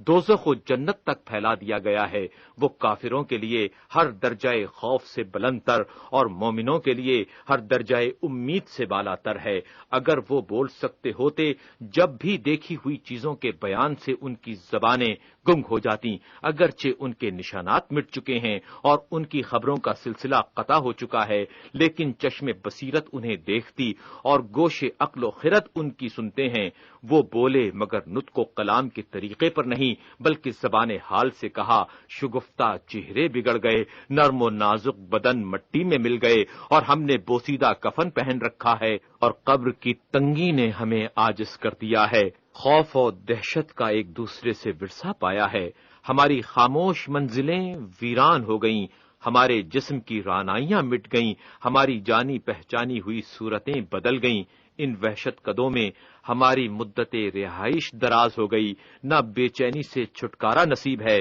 نہ تنگی سے فراخی حاصل ہے۔ اب اس عالم میں کہ جب کیڑوں کی وجہ سے ان کے کان سماعت کو کھو کر بہرے ہو چکے ہیں، اور ان کی آنکھیں خاک کا سرما لگا کر اندر کو دھنس چکی ہیں، اور ان کے منہ میں زبانیں طلاقت و روانی دکھانے کے بعد پارا پارا ہو چکی ہیں، اور سینوں میں دل چوکنا رہنے کے بعد بے حرکت ہو چکی ہیں، اور ان کے ایک ایک عضو کو نت نئی بوسیدگیوں نے تباہ کر کے بدحید بنا دیا ہے، اس حالت میں کہ وہ ہر مصیبت سہنے کے لیے بلا مزاحمت آمادہ ہیں، ان کی طرف آفتوں کا راستہ ہموار کر دیا ہے۔ نہ کوئی ہاتھ ہے جو ان کا بچاؤ کرے، اور نہ پسیجنے والے دل ہیں جو بے چین ہو جائیں۔ اگر تم اپنی عقلوں میں ان کا نقشہ جماؤ، یا یہ کہ تمہارے سامنے سے ان پر پڑا ہوا پردہ ہٹا دیا جائے، تو البتہ تم ان کے دلوں کے اندھوں اور آنکھوں میں پڑے ہوئے خس و خاشاک کو دیکھو گے کہ ان پر شدت و سختی کی ایسی حالت ہے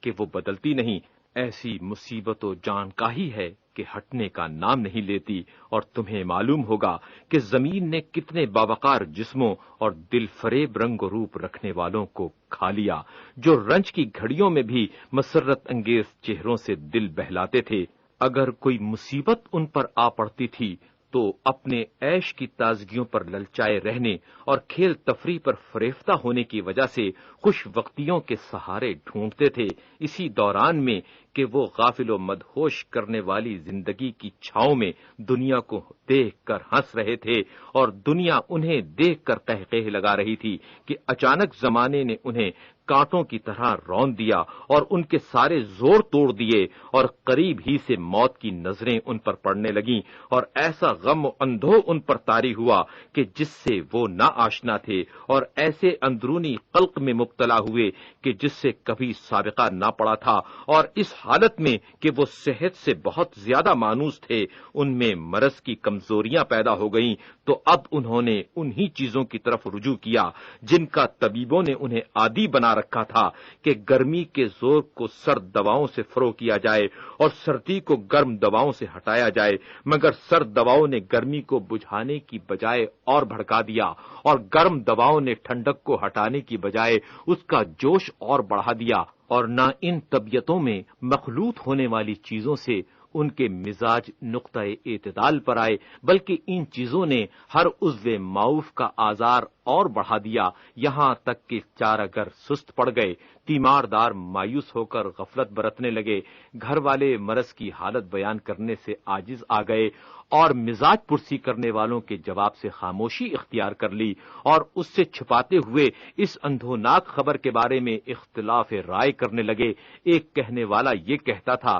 کہ اس کی حالت جو ہے سو ظاہر ہے، اور ایک صحت و تندرستی کے پلٹ آنے کی امید دلاتا تھا، اور ایک اس کی ہونے والی موت پر انہیں صبر کی تلقین کرتا اور اس سے پہلے گزر جانے والوں کی مصیبتیں انہیں یاد دلاتا تھا۔ اسی اثنا میں کہ وہ دنیا سے جانے اور دوستوں کو چھوڑنے کے لیے پر تول رہا تھا کہ ناگہا گلوگیر پھندوں میں سے ایک ایسا پھندا اسے لگا کہ اس کے ہوش و حواس پاشان و پریشان ہو گئے اور زبان کی تری خشک ہو گئی، اور کتنے ہی مہم سوالات تھے کہ جن کا جواب وہ جانتا تھا مگر بیان کرنے سے عاجز ہو گیا، اور کتنی ہی دل سوز صدائیں اس کے کانوں سے ٹکرائیں کہ جن کے سننے سے وہ بہرا ہو گیا۔ وہ آواز کسی ایسے بزرگ کی ہوتی تھی جس کا یہ بڑا احترام کرتا تھا، یا کسی ایسے خردہ سال کی ہوتی تھی جس پر یہ مہربان و شفیق تھا۔ موت کی سختیاں اتنی ہیں کہ مشکل سے دائرہ بیان میں آ سکیں یا اہل دنیا کی عقلوں کے اندازے پر پوری اتر سکیں۔ نہج البلاغہ، خطبہ نمبر 219۔ امیر المومنین امام المتقیان حضرت علی علیہ السلام نے اپنے اس خطبے کے آغاز میں 18ویں پارے کی سورہ نور کی آیہ مبارکہ 37 کی تلاوت فرمائی۔ اس آیہ مبارکہ کا ترجمہ ہے، وہ لوگ ایسے ہیں جنہیں تجارت اور خرید و فروخت ذکر الہی سے غافل نہیں بناتی۔ اپنے خطبے میں امیر المومنین علیہ السلام ارشاد فرماتے ہیں، بے شک اللہ نے اپنی یاد کو دلوں کی سیقل قرار دیا ہے، جس کے باعث وہ اوامر و نواہی سے بہرا ہونے کے بعد سننے لگے، اور اندھے پن کے بعد دیکھنے لگے، اور دشمنی و عناد کے بعد فرما بردار ہو گئے۔ یک کے بعد دیگرے ہر عہد اور انبیاء سے خالی دور میں رب العزت کے کچھ مخصوص بندے ہمیشہ سے موجود رہیں گے کہ جن کی فکروں میں سرگوشیوں کی صورت میں حقائق و معارف کا القاء کرتا ہے، اور ان کی عقلوں سے الہامی آوازوں کے ساتھ کلام کرتا ہے۔ چنانچہ انہوں نے اپنی آنکھوں، کانوں اور دلوں میں بیداری کے نور سے ہدایت و بصیرت کے چراغ روشن کیے۔ وہ مخصوص یاد رکھنے کے قابل دنوں کی یاد دلاتے ہیں اور اس کی جلالت و بزرگی سے ڈراتے ہیں۔ وہ لق و دق صحراؤں میں دلیل راہ ہیں۔ جو میانہ روی اختیار کرتا ہے اس کے طور طریقے پر تحسین و آفرین کرتے ہیں اور اسے نجات کی خوشخبری سناتے ہیں،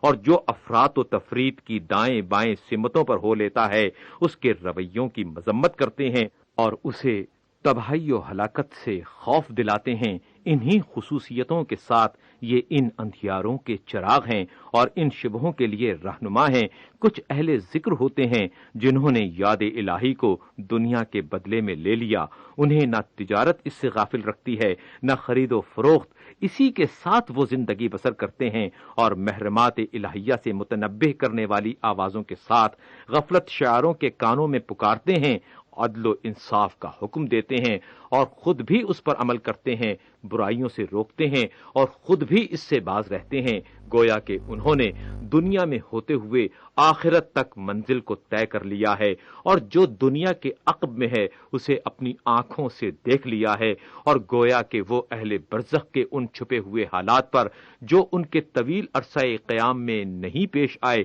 آگاہ ہو چکے ہیں، اور گویا کہ قیامت نے ان کے لیے اپنے وعدے کو پورا کر دیا ہے، اور انہوں نے اہل دنیا کے سامنے ان چیزوں پر سے پردہ الٹ دیا، یہاں تک کہ گویا وہ سب کچھ دیکھ رہے ہیں جسے دوسرے لوگ نہیں دیکھ سکتے، وہ سب کچھ سن سکتے ہیں جسے دوسرے نہیں سن سکتے۔ اگر تم ان کی پاکیزہ جگہوں اور پسندیدہ محفلوں میں ان کی تصویر اپنے ذہن میں کھینچو جبکہ وہ اپنے اعمال ناموں کو کھولے ہوئے ہوں اور اپنے نفسوں میں ہر چھوٹے بڑے کام کا محاسبہ کرنے پر آمادہ ہوں، ایسے کام کے جن پر وہ مامور تھے اور انہوں نے کوتاہی کی، یا ایسے جن سے روکا گیا تھا اور ان سے تقصیر ہوئی اور وہ ہمیشہ اپنی پشتوں کو اپنے گناہوں سے گراں بار محسوس کرتے رہے ہوں کہ جن کے اٹھانے سے وہ اپنے کو عاجز و درماندہ پاتے ہوں، اسی لیے روتے روتے ان کی ہچکیاں بند گئی ہوں اور بلک بلک کر روتے ہوئے ایک دوسرے کو جواب دے رہے ہوں اور ندامت و اعتراف گناہ کی منزل پر کھڑے ہوئے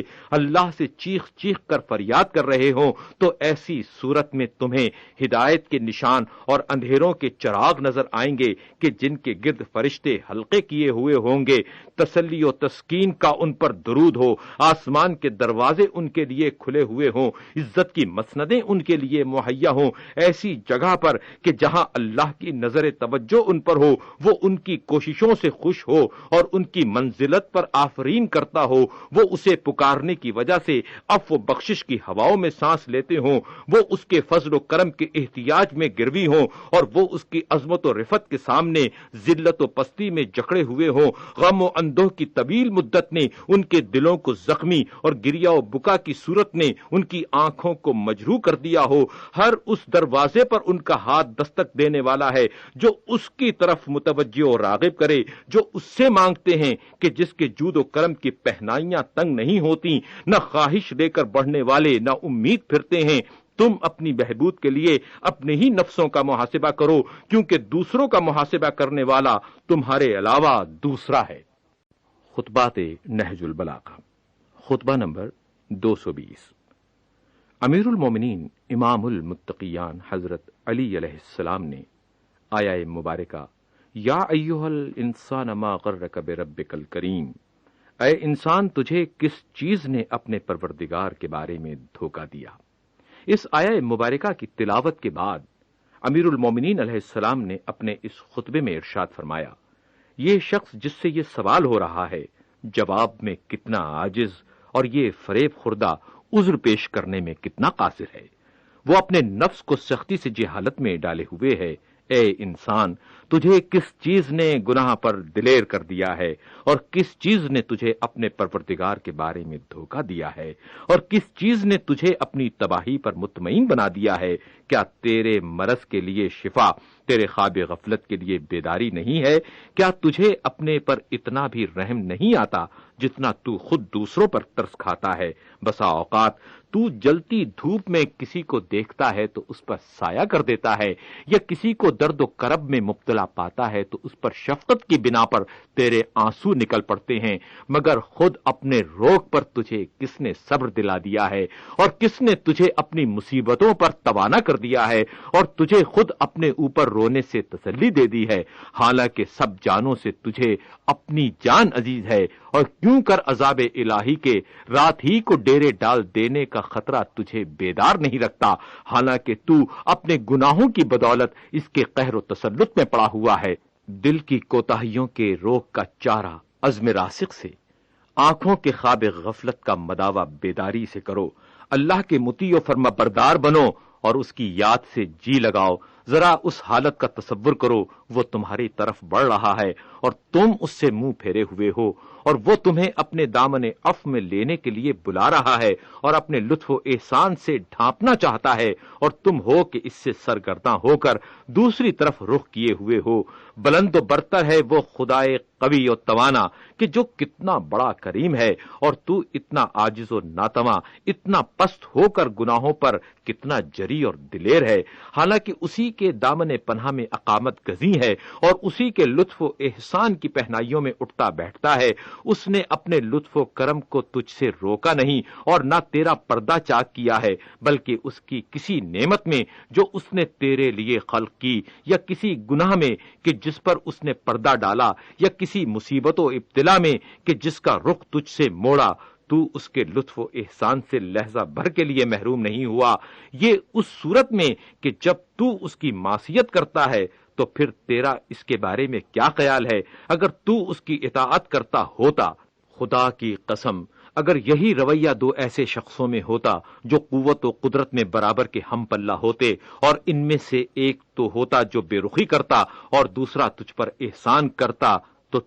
تو ہی سب سے پہلے اپنے نفس پر کچخلقی و بدکرداری کا حکم لگاتا۔ سچ کہتا ہوں کہ دنیا نے تجھ کو فریب نہیں دیا، بلکہ خود جان بوجھ کر اس کے فریب میں آیا ہے۔ اس نے تیرے سامنے نصیحتوں کو کھول کر رکھ دیا ہے اور تجھے ہر چیز سے یکساں طور پر آگاہ کر دیا ہے۔ اس نے جن بلاؤں کو تیرے جسم پر نازل ہونے اور جس کمزوری کے تیرے قوا پر طاری ہونے کا وعدہ کیا ہے، اس میں وہ ذات راست گو اور ایفائے عہد کرنے والی ہے، بجائے اس کے کہ تجھ سے جھوٹ کہا ہو یا فریب دیا ہو۔ کتنے ہی اس دنیا کے بارے میں سچے نصیحت کرنے والے ہیں جو تیرے نزدیک قابل اعتبار ہیں، اور کتنے ہی اس کے حالات کو صحیح بیان کرنے والے ہیں جو جھٹلائے جاتے ہیں۔ اگر تو ٹوٹے ہوئے گھروں اور سنسان مکانوں سے دنیا کی معرفت حاصل کر لے تو تو انہیں اچھی یاد دہانی اور مؤثر پندہی کے لحاظ سے بمنزلہ ایک مہربان کے پائے گا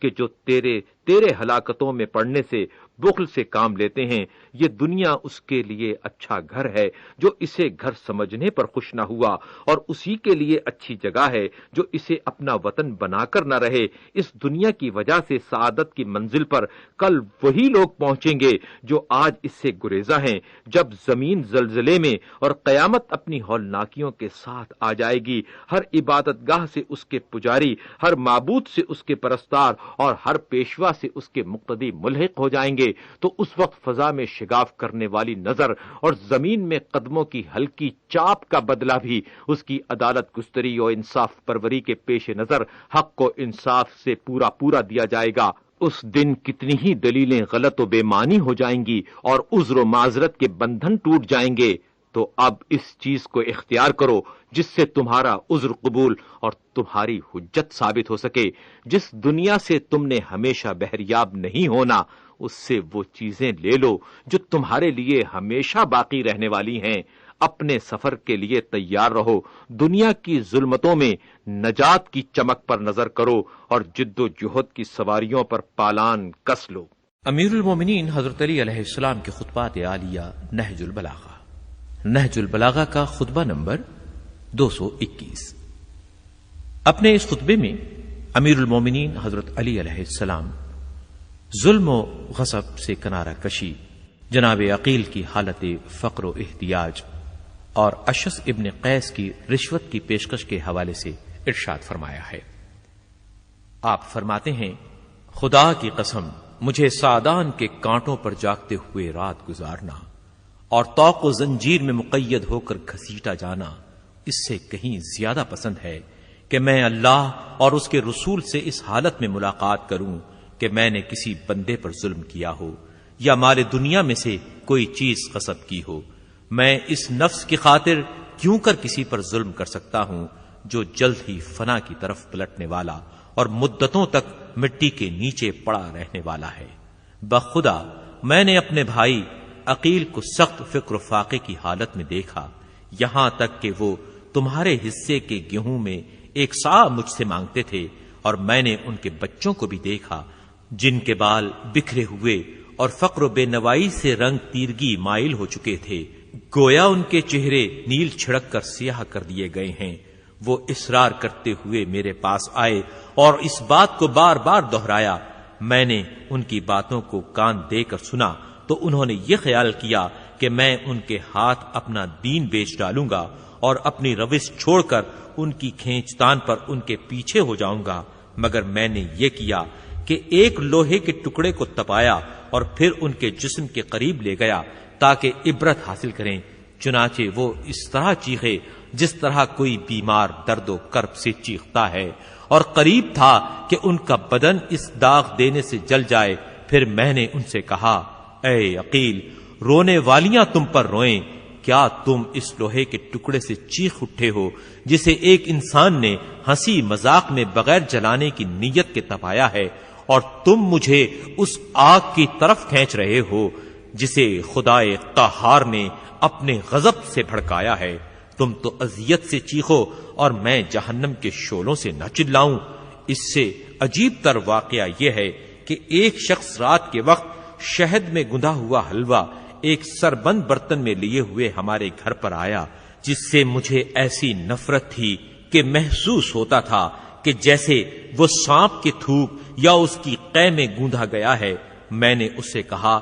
کیا یہ کسی بات کا انعام ہے یا زکوٰۃ ہے یا صدقہ ہے کہ جو ہم اہل بیت پر حرام ہے؟ تو اس نے کہا نہ یہ ہے نہ وہ ہے، بلکہ یہ تحفہ ہے۔ تو میں نے کہا کہ مردہ عورتیں تجھ پر روئیں، کیا تو دین کی راہ سے مجھے فریب دینے کے لیے آیا ہے؟ کیا تو بہک گیا ہے یا پاگل ہو گیا ہے یا یوں ہی ہذیان بک رہا ہے؟ خدا کی قسم اگر ہفتے اقلیم ان چیزوں سمیت جو آسمانوں کے نیچے ہیں مجھے دے دیے جائیں، صرف اللہ کی اتنی معصیت کروں کہ میں چیونٹی سے جو کا ایک چھلکا چھین لوں تو کبھی بھی ایسا نہ کروں گا۔ یہ دنیا تو میرے نزدیک اس پتی سے بھی زیادہ بے قدر ہے جو ٹڈی کے منہ میں ہو کہ جسے وہ چبا رہی ہو۔ علی کو فنا ہونے والی نعمتوں اور مٹ جانے والی لذتوں سے کیا واسطہ؟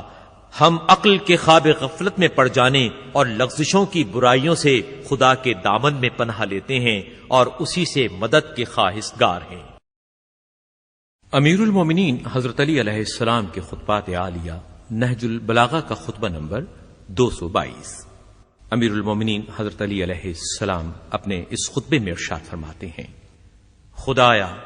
میری آبرو کو غنا و تمنگری کے ساتھ محفوظ رکھ اور فقر و تنگ دستی سے میری منزلت کو نظروں سے نہ گرا کہ تجھ سے رزق مانگنے والوں سے رزق مانگنے لگوں اور تیرے بندوں کی نگاہ لطف و کرم کو اپنی طرف موڑنے کی تمنا کروں، اور جو مجھے دے اس کی حمد و ثنا کرنے لگوں اور جو نہ دے اس کی برائی کرنے میں مبتلا ہو جاؤں، اور ان سب چیزوں کے پس پردہ تو ہی عطا کرنے اور روک لینے کا اختیار رکھتا ہے، بے شک تو ہر چیز پر قادر ہے۔ نہج البلاغہ خطبہ نمبر 223۔ اپنے اس خطبے میں امیر المومنین حضرت علی علیہ السلام ارشاد فرماتے ہیں، یہ دنیا ایک ایسا گھر ہے جو بلاؤں میں گھرا ہوا اور فریب کاریوں میں شہرتی یافتہ ہے۔ اس کے حالات کبھی یکساں نہیں رہتے اور نہ اس میں فروکش ہونے والے صحیح و سالم رہ سکتے ہیں۔ اس کے حالات مختلف اور اطوار عدلنے بدلنے والے ہیں۔ خوش گزرانی کی صورت اس میں قابل مذمت اور امن و سلامتی کا اس میں پتہ نہیں۔ اس کے رہنے والے تیر اندازی کے ایسے نشانے ہیں کہ جن پر دنیا اپنے تیر چلاتی رہتی ہے اور موت کے ذریعے انہیں فنا کرتی رہتی ہے۔ اے اللہ کے بندو، اس بات کو جانے رہو کہ تمہیں اس دنیا کی ان چیزوں کو کہ جن میں تم ہو انہی لوگوں کی راہ پر چلنا ہے جو تم سے پہلے گزر چکے ہیں، کہ جو تم سے زیادہ لمبی عمروں والے، تم سے زیادہ آباد گھروں والے اور تم سے زیادہ پائیدار نشانیوں والے تھے۔ ان کی آوازیں خاموش ہو گئیں، بندھی ہوائیں اکھڑ گئیں، بدن گل سڑ گئے، گھر سنسان ہو گئے اور نام و نشان تک مٹ گئے۔ انہوں نے مضبوط محلوں اور بچھی ہوئی مسندوں کو پتھروں اور چنی ہوئی سلوں اور پیوند زمین ہونے والی اور لحد والی قبروں سے بدل لیا، کہ جن کے صحنوں کی بنیاد تباہی و ویرانی پر ہے اور مٹی ہی سے ان کی عمارتیں مضبوط کی گئی ہیں۔ ان قبروں کی جگہیں آپس میں نزدیک نزدیک ہیں اور ان میں بسنے والے دور افتادہ مسافر ہیں، ایسے مقام میں کہ جہاں وہ بوکھلائے ہوئے ہیں، اور ایسی جگہ میں کہ جہاں دنیا کے کاموں سے فارغ ہو کر آخرت کی فکروں میں مشغول ہیں۔ وہ اپنے وطن سے انس نہیں رکھتے اور نزدیک کی ہمسائیگی اور گھروں کے قرب کے باوجود ہمسایوں کی طرح آپس میں میل ملاپ نہیں رکھتے، اور کیوں کر آپس میں ملنا جلنا ہو سکتا ہے جبکہ بوسیدگی اور تباہی نے اپنے سینے سے انہیں پیس ڈالا ہے اور پتھروں اور مٹی نے انہیں کھا لیا ہے۔ تم بھی یہی سمجھو کہ گویا وہیں پہنچ جاؤ گے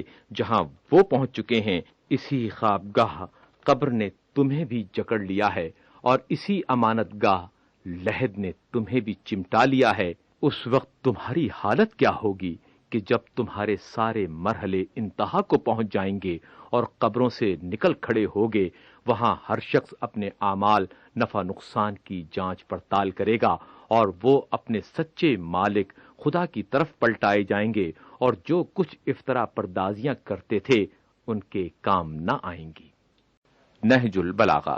خطبہ نمبر 224۔ امیر المومنین حضرت علی علیہ السلام اپنے اس خطبے میں ارشاد فرماتے ہیں کہ اے اللہ، تو اپنے دوستوں کے ساتھ تمام انس رکھنے والوں سے زیادہ مانوس ہے، اور جو تجھ پر بھروسہ رکھنے والے ہیں ان کی حاجت روائی کے لیے ہمہ وقت پیش ہے۔ تو ان کی باطنی کیفیت کو دیکھتا ہے اور ان کے چھپے ہوئے بھیدوں کو جانتا ہے، اور ان کی بصیرتوں کی رسائی سے باخبر ہے۔ ان کے راز تیرے سامنے آشکارا اور ان کے دل تیرے آگے فریادی ہیں۔ اگر تنہائی سے ان کا جی گھبراتا ہے تو تیرا ذکر ان کا دل بہلاتا ہے۔ اگر مصیبتیں ان پر ٹوٹ پڑتی ہیں تو وہ تیرے دامن میں پناہ لینے کے لیے ملتجی ہوتے ہیں، یہ جانتے ہوئے کہ سب چیزوں کی باغ ڈور تیرے ہاتھ میں ہے اور ان کے نفاذ پذیر ہونے کی جگہیں تیرے ہی فیصلوں سے وابستہ ہیں۔ امیر المومنین حضرت علی علیہ السلام اپنے اس خطبے میں ارشاد فرماتے ہیں، خدایا اگر میں سوال کرنے سے عاجز رہوں یا اپنے مقصود پر نظر نہ ڈال سکوں تو میری مصلحتوں کی طرف رہنمائی فرما اور میرے دل کو اصلاح و بہبود کی صحیح منزل پر پہنچا۔ بار الہ، یہ چیز تیری رہنمائیوں اور حاجت روائیوں کو دیکھتے ہوئے کوئی نرالی نہیں۔ بار الہ، میرا معاملہ اپنے عفو و بخشش سے طے کر، نہ اپنے عدل و انصاف کے معیار سے۔ امیر المومنین حضرت علی علیہ السلام کی بیعت کے بیان میں ایسا ہی ایک خطبہ اس سے قبل بھی آپ سن چکے ہیں۔ آپ کی سماعتوں کی نظر ہے نہج البلاغہ کا خطبہ نمبر 226۔ امیر المومنین حضرت علی علیہ السلام اپنے اس خطبے میں ارشاد فرماتے ہیں، تم نے بیعت کے لیے میرا ہاتھ اپنی طرف پھیلانا چاہا تو میں نے اسے روکا، اور تم نے کھینچا تو میں اسے سمیٹتا رہا، مگر تم نے مجھ پر اس طرح ہجوم کیا جس طرح پیاسے اونٹ پانی پینے کے لیے تالابوں پر ٹوٹتے ہیں، یہاں تک کہ جوتی کے تسمے ٹوٹ گئے اور ابا کاندھے سے گر گئی، کمزور و ناتواں کچلے گئے، اور میری بیعت پر لوگوں کی مسرت یہاں تک پہنچ گئی کہ چھوٹے چھوٹے بچے خوشیاں منانے لگے، اور بوڑھے لڑکھڑاتے ہوئے قدموں سے بیعت کے لیے بڑھے، بیمار بھی اٹھتے بیٹھتے ہوئے پہنچ گئے، اور نوجوان لڑکیاں پردوں سے نکل دوڑ پڑیں۔ خطبہ نمبر 227۔ امیر المومنین حضرت علی علیہ السلام اپنے اس خطبے میں ارشاد فرماتے ہیں، بے شک اللہ کا خوف ہدایت کی کلید اور آخرت کا ذخیرہ ہے، خواہشوں کی ہر غلامی سے آزادی اور ہر تباہی سے رہائی کا باعث ہے، اس کے ذریعے طلبگار منزل مقصود تک پہنچتا ہے اور سختیوں سے بھاگنے والا نجات پاتا ہے اور مطلوبہ چیزوں تک پہنچ جاتا ہے۔ اچھے اعمال بجا لے آؤ، ابھی جبکہ اعمال بلند ہو رہے ہیں تو یہ فائدہ دے سکتی ہے، پکار سنی جا رہی ہے، حالات پرسکون اور کرامن کاتبین کے قلم رواں ہیں، ذوف و پیری کی طرف پلٹانے والی عمر، زنجیر پا بن جانے والے مرض اور جھپٹ لینے والی موت سے پہلے اعمال کی طرف جلدی کرو، کیونکہ موت تمہاری لذتوں کو تباہ کرنے والی، خواہشات کو مقدر بنانے والی اور تمہاری منزلوں کو دور کرنے والی ہے۔ یہ ناپسندیدہ ملاقاتی اور شکست نہ کھانے والا حریف ہے، اور ایسی خونخوار ہے کہ اس سے خون بہا کا مطالبہ نہیں کیا جا سکتا۔ اس کے پھندے تمہیں جکڑے ہوئے ہیں اور اس کی تباہ کاریاں تمہیں گھیرے ہوئے ہیں، اور اس کے تیروں کا پھل تمہیں نشانہ بنائے ہوئے ہے، اور تم پر اس کا ظلم و تعدی برابر جاری ہے، اور اس کے وار کے خالی جانے کا امکان کم ہے۔ قریب ہے کہ صحاب مرگ کی تیرگیاں، مرض الموت کے لو کے جان لیوا سختیوں کے اندھیرے، سانس اکھڑنے کی مدہوشیاں، جانکنی کی اذیتیں، اس کے ہر طرف سے چھا جانے کی تاریکی اور کام و دہن کے لیے اس کی بدمزگی تمہیں گھیر لے، گویا کہ وہ تم پر اچانک آ پڑی ہے کہ جس نے تمہارے ساتھ چپ کے باتیں کرنے والے کو خاموش کر دیا، اور تمہاری جماعت کو متفرق و پراگندہ کر دیا، اور تمہارے نشانات کو مٹا دیا، اور تمہارے گھروں کو سنسان کر دیا، اور تمہارے وارثوں کو تیار کر دیا کہ وہ تمہارے ترکے کو مخصوص عزیزوں میں کہ جنہوں نے تمہیں کچھ بھی فائدہ نہ دیا، اور ان غم زدہ قریبوں میں کہ جو موت کو روک نہ سکے، اور ان خوش ہونے والے رشتہ داروں میں جو ذرا بے چین نہیں ہوئے، تقسیم کر لیں۔ لہذا تمہیں لازم ہے کہ تم سعی و کوشش کرو اور سفر آخرت کے لیے تیار ہو جاؤ، اور سر و سامان مہیا کر لو، اور زاد مہیا کر لینے والی منزل سے ذات فراہم کر لو۔ دنیا تمہیں نہ دے جس طرح تم سے پہلے گزر جانے والی امتوں اور گزشتہ لوگوں نے فریب دیا کہ جنہوں نے اس دنیا کا دودھ دوہا اور اس کی غفلتوں سے فائدہ اٹھا لے گئے، اور اس کے گنے چنے دنوں کو فنا اور تازگیوں کو پج مردہ کر دیا. ان کے گھروں نے قبروں کی صورت اختیار کر لی. ان کا مال ترکہ بن گیا. جو ان کی قبروں پر آتا ہے اسے پہچانتے نہیں. جو انہیں روتا ہے اس کی پرواہ نہیں کرتے، اور جو پکارے اسے جواب نہیں دیتے. اس دنیا سے ڈرو کہ یہ غدار دھوکے باز اور فریب کار ہے، دینے والی اور پھر لے لینے والی ہے، لباس پہنانے والی اور پھر اتروا لینے والی ہے. اس کی آسائشیں ہمیشہ نہیں رہتی، نہ اس کی سختیاں ختم ہوتی ہیں اور نہ اس کی مصیبتیں تھمتی ہیں. نہج البلاغہ کے اسی خطبے کا یہ حصہ زاہدوں کے اوصاف کے بارے میں ہے. امیر المومنین علیہ السلام ارشاد فرماتے ہیں کہ وہ ایسے لوگ تھے جو اہل دنیا میں سے تھے مگر حقیقتاً دنیا والے نہ تھے. وہ دنیا میں اس طرح رہے کہ گویا دنیا سے نہ ہوں. ان کا عمل ان چیزوں پر ہے جنہیں خوب جانے پہچانے ہوئے ہیں، اور جس چیز سے خائف ہیں اس سے بچنے کے لیے جلدی کرتے ہیں. ان کے جسم گویا اہل آخرت کے مجمع میں گردش کر رہے ہیں. وہ اہل دنیا کو دیکھتے ہیں کہ وہ ان کی جسمانی موت کو بڑی اہمیت دیتے ہیں، اور وہ ان اشخاص کے حال کو زیادہ اندھوناک سمجھتے ہیں جو زندہ ہیں مگر ان کے دل مردہ ہیں. امیر المومنین حضرت علی علیہ السلام نے بصرہ کی طرف جاتے ہوئے مقام ذیقار میں ایک خطبہ ارشاد فرمایا تھا. اس کا واقدی نے کتاب الجمل میں ذکر کیا ہے. نہج البلاغہ کا خطبہ نمبر 228. اپنے اس خطبے میں حضرت علی ارشاد فرماتے ہیں، رسول اکرم صلی اللہ علیہ وآلہ وسلم کو جو حکم تھا آپ نے اسے کھول کر بیان کر دیا اور اللہ کے پیغامات پہنچا دیے. اللہ نے آپ کے ذریعے بکھرے ہوئے افراد کی شیرازہ بندی کی، سینوں میں بھری ہوئی سخت عداوتوں اور دلوں میں بھڑکنے والے کینوں کے بعد خیش و اقارب کو آپس میں شیر و شکر کر. نہج البلاغہ کے خطبات آپ کی نظر کرنے کی سعادت حاصل کر رہے ہیں. عبداللہ ابن زمعہ جو آپ کی جماعت میں محسوب ہوتا تھا، آپ کے زمانہ خلافت میں کچھ مال طلب کرنے کے لیے آپ کے پاس آیا تو آپ نے ارشاد فرمایا. خطبہ نمبر 229. نہج البلاغہ کے اس خطبے میں امیر المومنین حضرت علی علیہ السلام ارشاد فرماتے ہیں، یہ مال نہ میرا ہے نہ تمہارا، بلکہ مسلمانوں کا حق مشترک اور ان کی تلواروں کا جمع کیا ہوا سرمایہ ہے. اگر تم ان کے ساتھ جنگ میں شریک ہوئے ہوتے تو تمہارا حصہ بھی ان کے برابر ہوتا، ورنہ ان کے ہاتھوں کی کمائی دوسروں کے منہ کا نوالا بننے کے لیے نہیں ہے.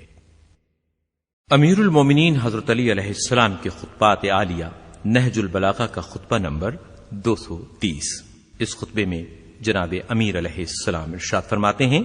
معلوم ہونا چاہیے کہ زبان انسان کے بدن کا ایک ٹکڑا ہے. جب انسان کا ذہن رک جائے تو پھر کلام ان کا ساتھ نہیں دیا کرتا، اور جب اس کے معلومات میں وسعت ہو تو پھر کلام زبان کو رکنے کی مہلت نہیں دیا کرتا. اور ہم اہل بیت عقلی میں سخن کے فرما رواں ہیں. وہ ہمارے رگو پے میں سمایا ہوا ہے اور اس کی شاخیں ہم پر جھکی ہوئی ہیں. خدا تم پر رحم کرے. اس بات کو جان لو کہ تم ایسے دور میں ہو جس میں حق گو کم، زبانیں صدق بیانی سے کند اور حق والے ذلیل و خوار ہیں. یہ لوگ گناہ و نافرمانی پر جمے ہوئے ہیں اور ظاہرداری اور نفاق کی بنا پر ایک دوسرے سے صلح صفائی رکھتے ہیں. ان کے جوان بدخو، ان کے بوڑھے گناہگار، ان کے عالم منافق اور ان کے واعظ چاپلوس ہیں. نہ چھوٹوں بڑوں کی تعظیم کرتے ہیں اور نہ مالدار فقیر و بے نوا کی دستگیری. امیر المومنین حضرت علی علیہ السلام کے خطبات عالیہ نہج البلاغہ. نہج البلاغہ کے خطبے ہم آپ کی خدمت میں پیش کرنے کی سعادت حاصل کر رہے ہیں. زلبی یمانی نے ابن قتیبہ سے اور اس نے عبداللہ ابن یزید سے، انہوں نے مالک ابن وحیہ سے روایت کی ہے کہ انہوں نے کہا کہ ہم امیر المومنین کی خدمت میں حاضر تھے کہ لوگوں کے اختلاف صورت و سیرت کا ذکر چھڑا تو حضرت علی نے ارشاد فرمایا، ان کے مباطینت نے ان میں تفریق پیدا کر دی ہے، اور یہ اس طرح کہ وہ شورازار و شیریں زمین اور سخت و نرم مٹی سے پیدا ہوئے ہیں، لہذا وہ زمین کے قرب کے اعتبار سے متفق ہوتے اور اختلاف کے تناسب سے مختلف ہوتے ہیں. اس پر کبھی ایسا ہوتا ہے کہ پورا خوش شکل انسان عقل میں ناقص اور بلند قامت آدمی پست ہمت ہو جاتا ہے، اور نیکوکار بدصورت اور کوتاہ قامت دور اندیش ہوتا ہے، اور تباً نیک سرشت کسی بری عادت کو پیچھے لگا لیتا ہے، اور پریشان دل والا پراگاندہ عقل اور چلتی ہوئی زبان والا ہوشمند دل رکھتا ہے۔ امیر المومنین امام المتقیان حضرت علی علیہ السلام نہج البلاغہ کے خطبہ نمبر 232 میں ارشاد فرماتے ہیں، امیر المومنین علیہ السلام نے یہ خطبہ رسول اکرم حضرت محمد مصطفیٰ صلی اللہ علیہ وآلہ وسلم کو غسل و کفن دیتے وقت فرمایا۔ آپ فرماتے ہیں، یا رسول اللہ، میرے ماں باپ آپ پر قربان ہوں، آپ کے رحلت فرما جانے سے نبوت، خدائی احکام اور آسمانی خبروں کا سلسلہ قطع ہو گیا، جو کسی اور نبی کے انتقال سے قطع نہیں ہوا تھا۔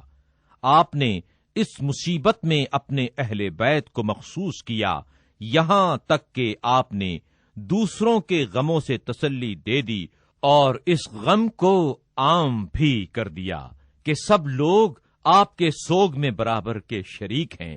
اگر آپ نے صبر کا حکم اور نالہ و فریاد سے روکا نہ ہوتا تو ہم آپ کے غم میں آنسوؤں کا ذخیرہ ختم کر دیتے، اور یہ درد منت پذیر درما نہ ہوتا، اور یہ غم و حزن ساتھ نہ چھوڑتا، پھر بھی یہ گریہ و بکا اور اند و حزن آپ کی مصیبت کے مقابلے میں کم ہوتا۔ لیکن موت ایسی چیز ہے کہ جس کا پلٹنا اختیار میں نہیں ہے اور نہ اس کا دور کرنا بس میں ہے۔ میرے ماں باپ آپ پر نثار ہوں، ہمیں بھی اپنے پروردگار کے پاس یاد کیجیے گا اور ہمارا خیال رکھیے گا۔ نہج البلاغہ کے خطبہ نمبر 233 میں پیغمبر اکرم حضرت محمد مصطفیٰ صلی اللہ علیہ وآلہ وسلم کی ہجرت کے بعد